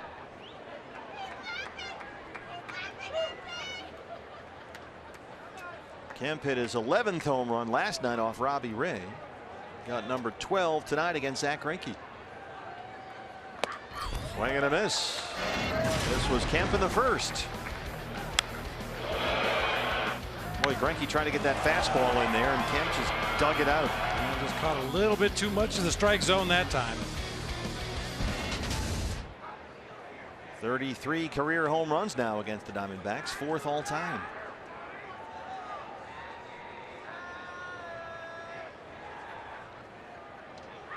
A bouncing ball to shortstop. Ahmed for one. Segura, they roll it. Daniel Hudson closes out the 8th inning, and he keeps it at 8-4, Diamondback lead.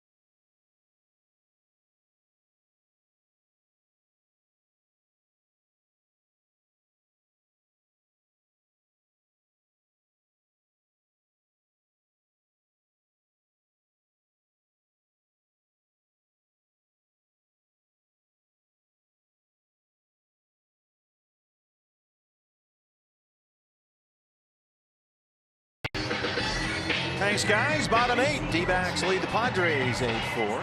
And the new pitcher for San Diego is the closer, Fernando Rodney, who's had a very nice year for Andy Green.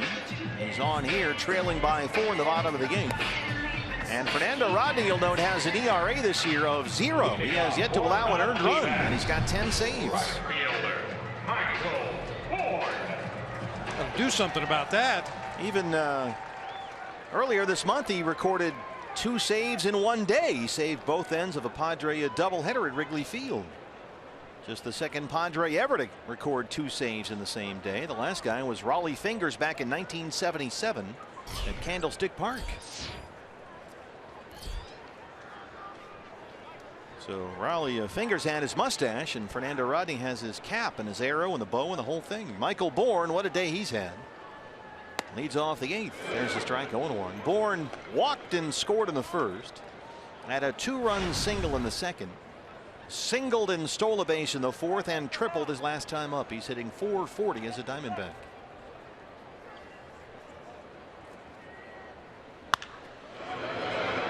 Now on Hervey Solarte. 1 up, 1 down for Rodney. Time for Goldie. First baseman, Paul Goldschmidt. Goldie doubled and scored in the first and hit a long 2-run homer in the second, his 9th of the year. Those 2 hits couldn't have been any more different. The double was a little blooper into right field that dropped, and Goldie turned it into a hustle double, and then the home run was just absolutely mashed to left field. Got a pitch up and just went up and smashed it out of here. There's a strike. It was a quick exit. Goldie gone for Cesar Vargas, the rookie who started the ball game tonight. Got only 5 outs. Gave up 7 runs, all earned on 6 hits. This was the Goldie homer in the second. Oh, this is the first inning. Double, Yeah. That's the double. And that one.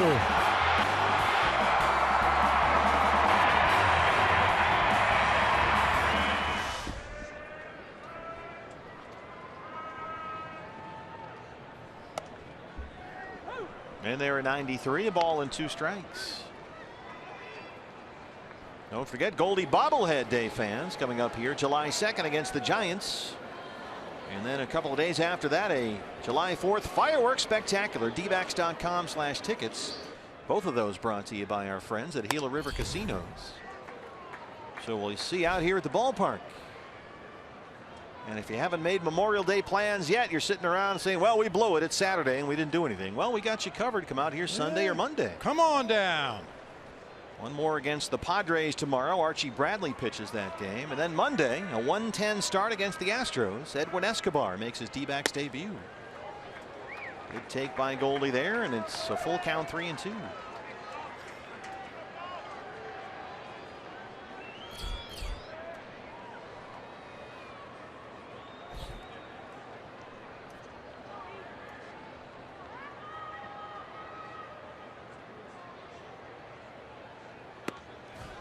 Yanked that one, tried to set up down and away, nowhere near it. And Goldie walks for the 2nd time tonight. That was a changeup from Rodney, and he wanted to make sure he didn't leave it over the plate. It takes a lot of guts to throw a changeup to Paul Goldschmidt. You got to really hit your spot. That's got to be nerve-wracking. Here's Jake Lamb, a 2-run single in the first. He walked and scored in the 5th. He's 1 for 3.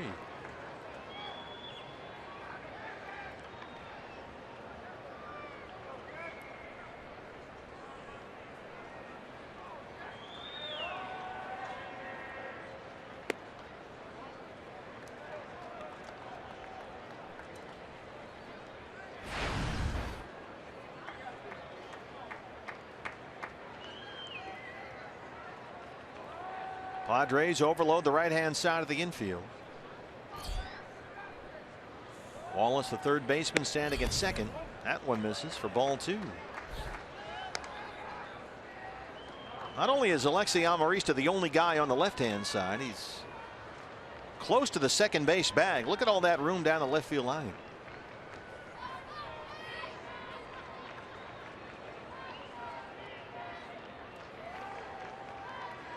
They set up down and away. Goldie takes off, and he's in there. Stolen base number 6 for Paul Goldschmidt.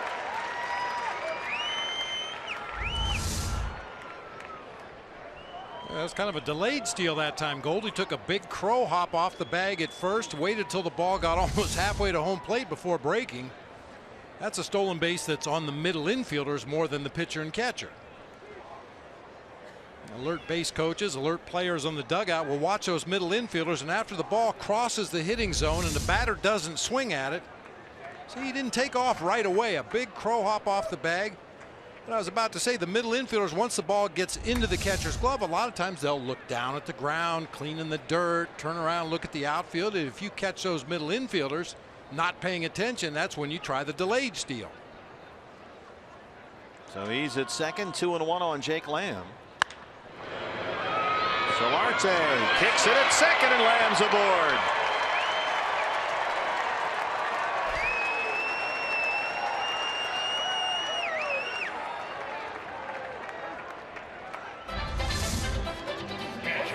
This one really hugs the ground as it gets out there. It stays right down on the dirt. Solarte just stops it with the webbing of his glove, but can't make a play.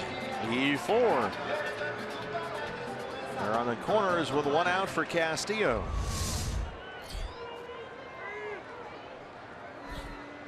First error in the ball game tonight for either side. Welly's single in the fifth. He's 1 for 4.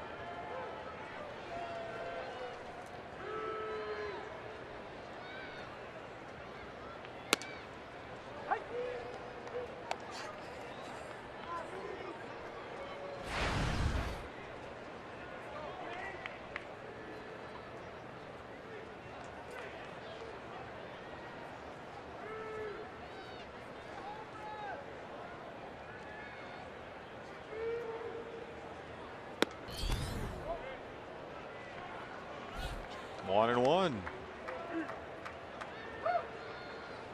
You know, Rodney's not real excited with Todd Tischer's strike zone tonight. There's been a What couple makes of, you say that? couple of borderline pitches that didn't go his way. He took a slow stroll off the front of the mound and asked the home plate umpire, was that low? Brad Ziegler looks like he's ready to go down in the Diamondback bullpen. Just kind of standing and watching with Garvin Alston, the bullpen coach, in there.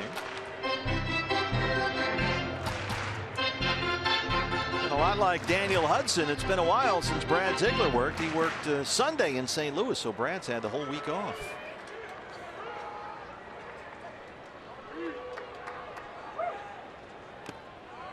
In the dirt, 2 balls and a strike.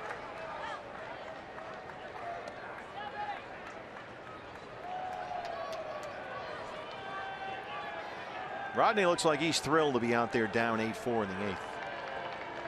He's got 10 saves, hasn't given up a run all year.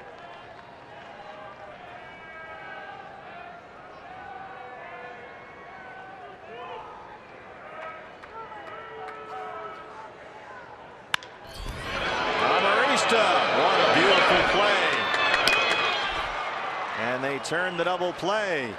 Alexi Amarista, the backhand spinner, starts the 6-4-3 that ends the inning. So we'll go to the 9th. Brad Ziegler coming in with an 8-4 lead.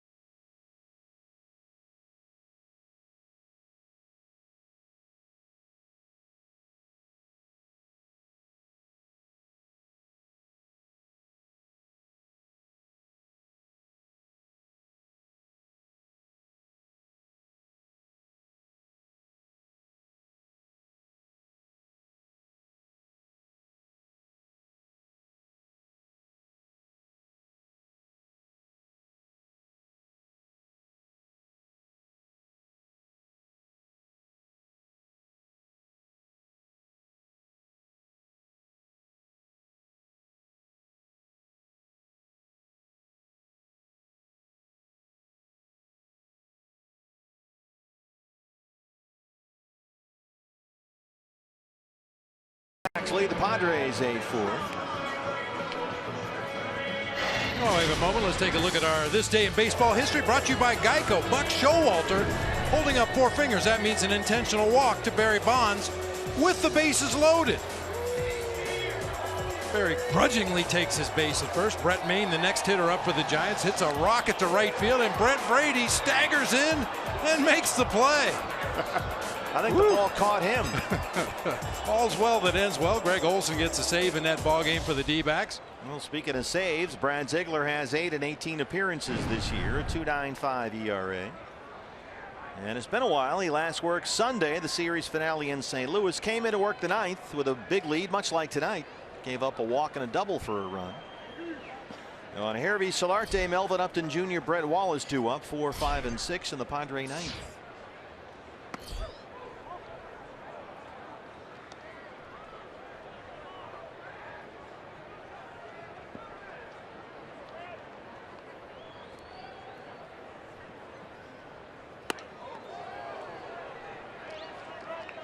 Two and 0.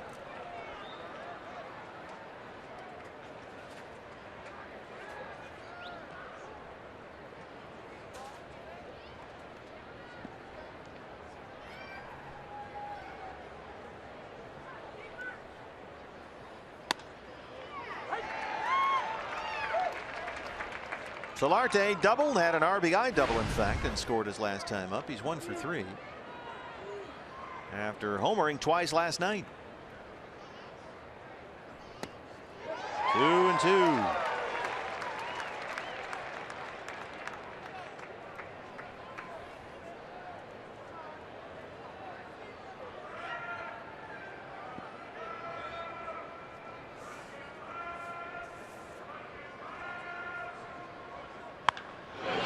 Headed for the right field corner. Foul.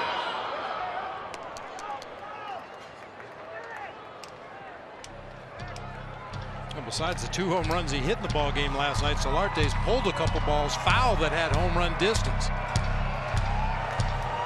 You're going into a series, you have an idea of who you have to be careful with. Your advanced scouts let you know who's swinging a bat well and who isn't, and I got to believe Solarte was right at the top of the list of red hot hitters. Well, he stays hot, rolls that one down the right field line for a leadoff single.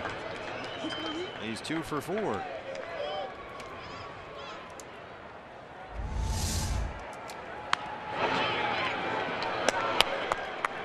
His swing looks long, but he just seems to get the barrel on the ball no matter where the pitch is.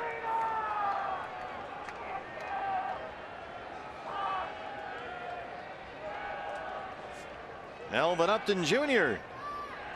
doubled in the 5th, drove in a run with a sac fly in the 6th.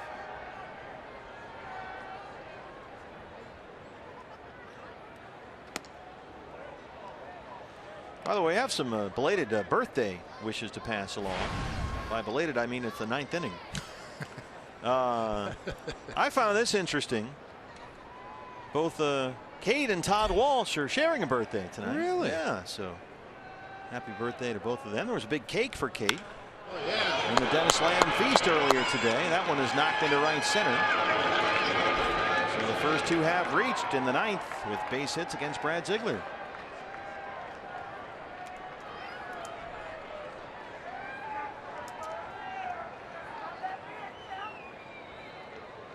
Third baseman, Brett Wallace. So 2 on, nobody out for Brett Wallace.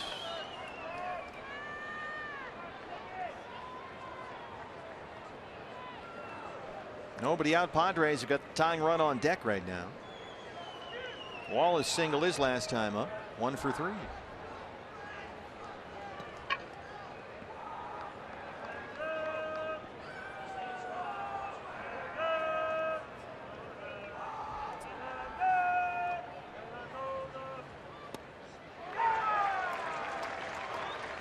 Good first pitch change up there. Brett Wallace hunting fastballs, looking to pull this game within a run. Brad Ziegler just pulled the string on that one, got him way out in front. Yeah, Wallace is a guy you can pitch to, and he'll get himself out if you give him the chance.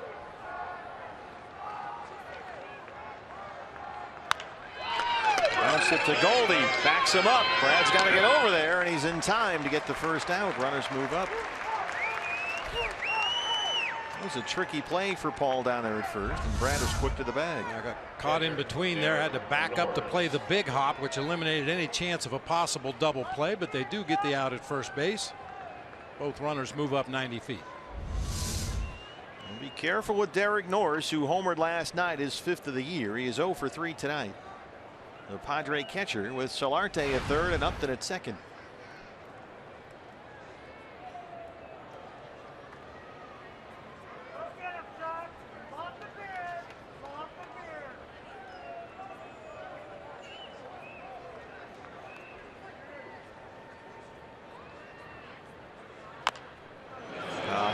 Chopper. Ziegler's under it. Got to hurry.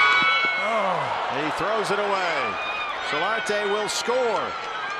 He'll stop Upton at third, and Norris is in at second. That one hung up there a long time, and Brad knew the clock was ticking, and it got by Goldie. He had to get his hand out of the way of the runner.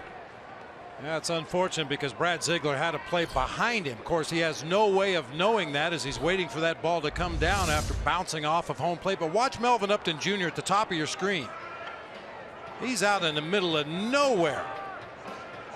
Unfortunately, that throw back into the baseline, Goldie couldn't get to it.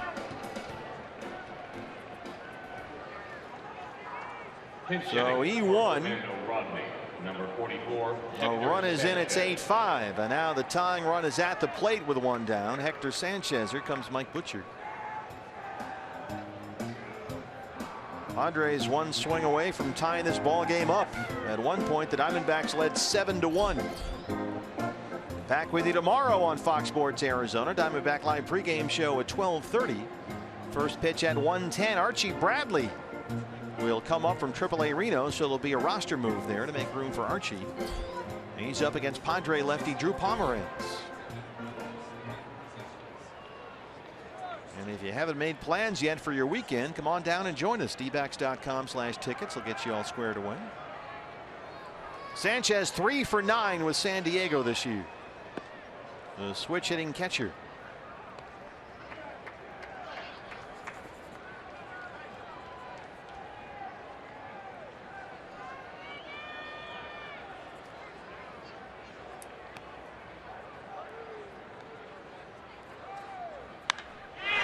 Base hit.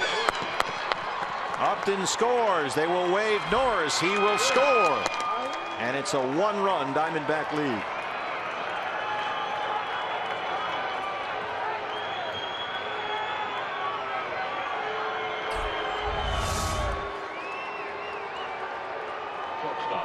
Not a horrible pitch.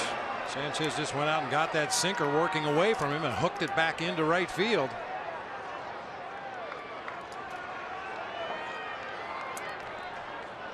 A two-run single for Sanchez.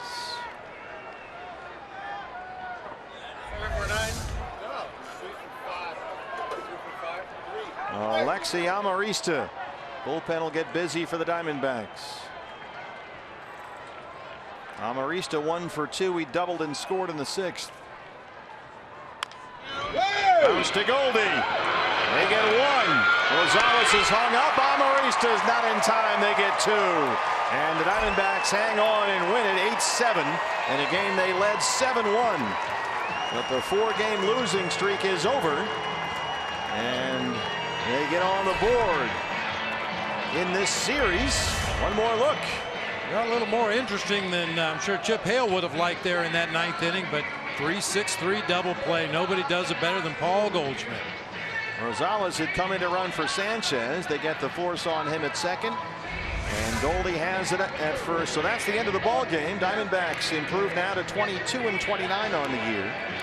And we'll look ahead to tomorrow, where Archie Bradley starts for the D-backs against Drew Pomeranz for the Padres in the rubber game of this 3-game set. In the meantime, Diamondback Live post-game show has all the reaction and analysis for you. Chris Snyder is standing by with Jody Jackson. Jody.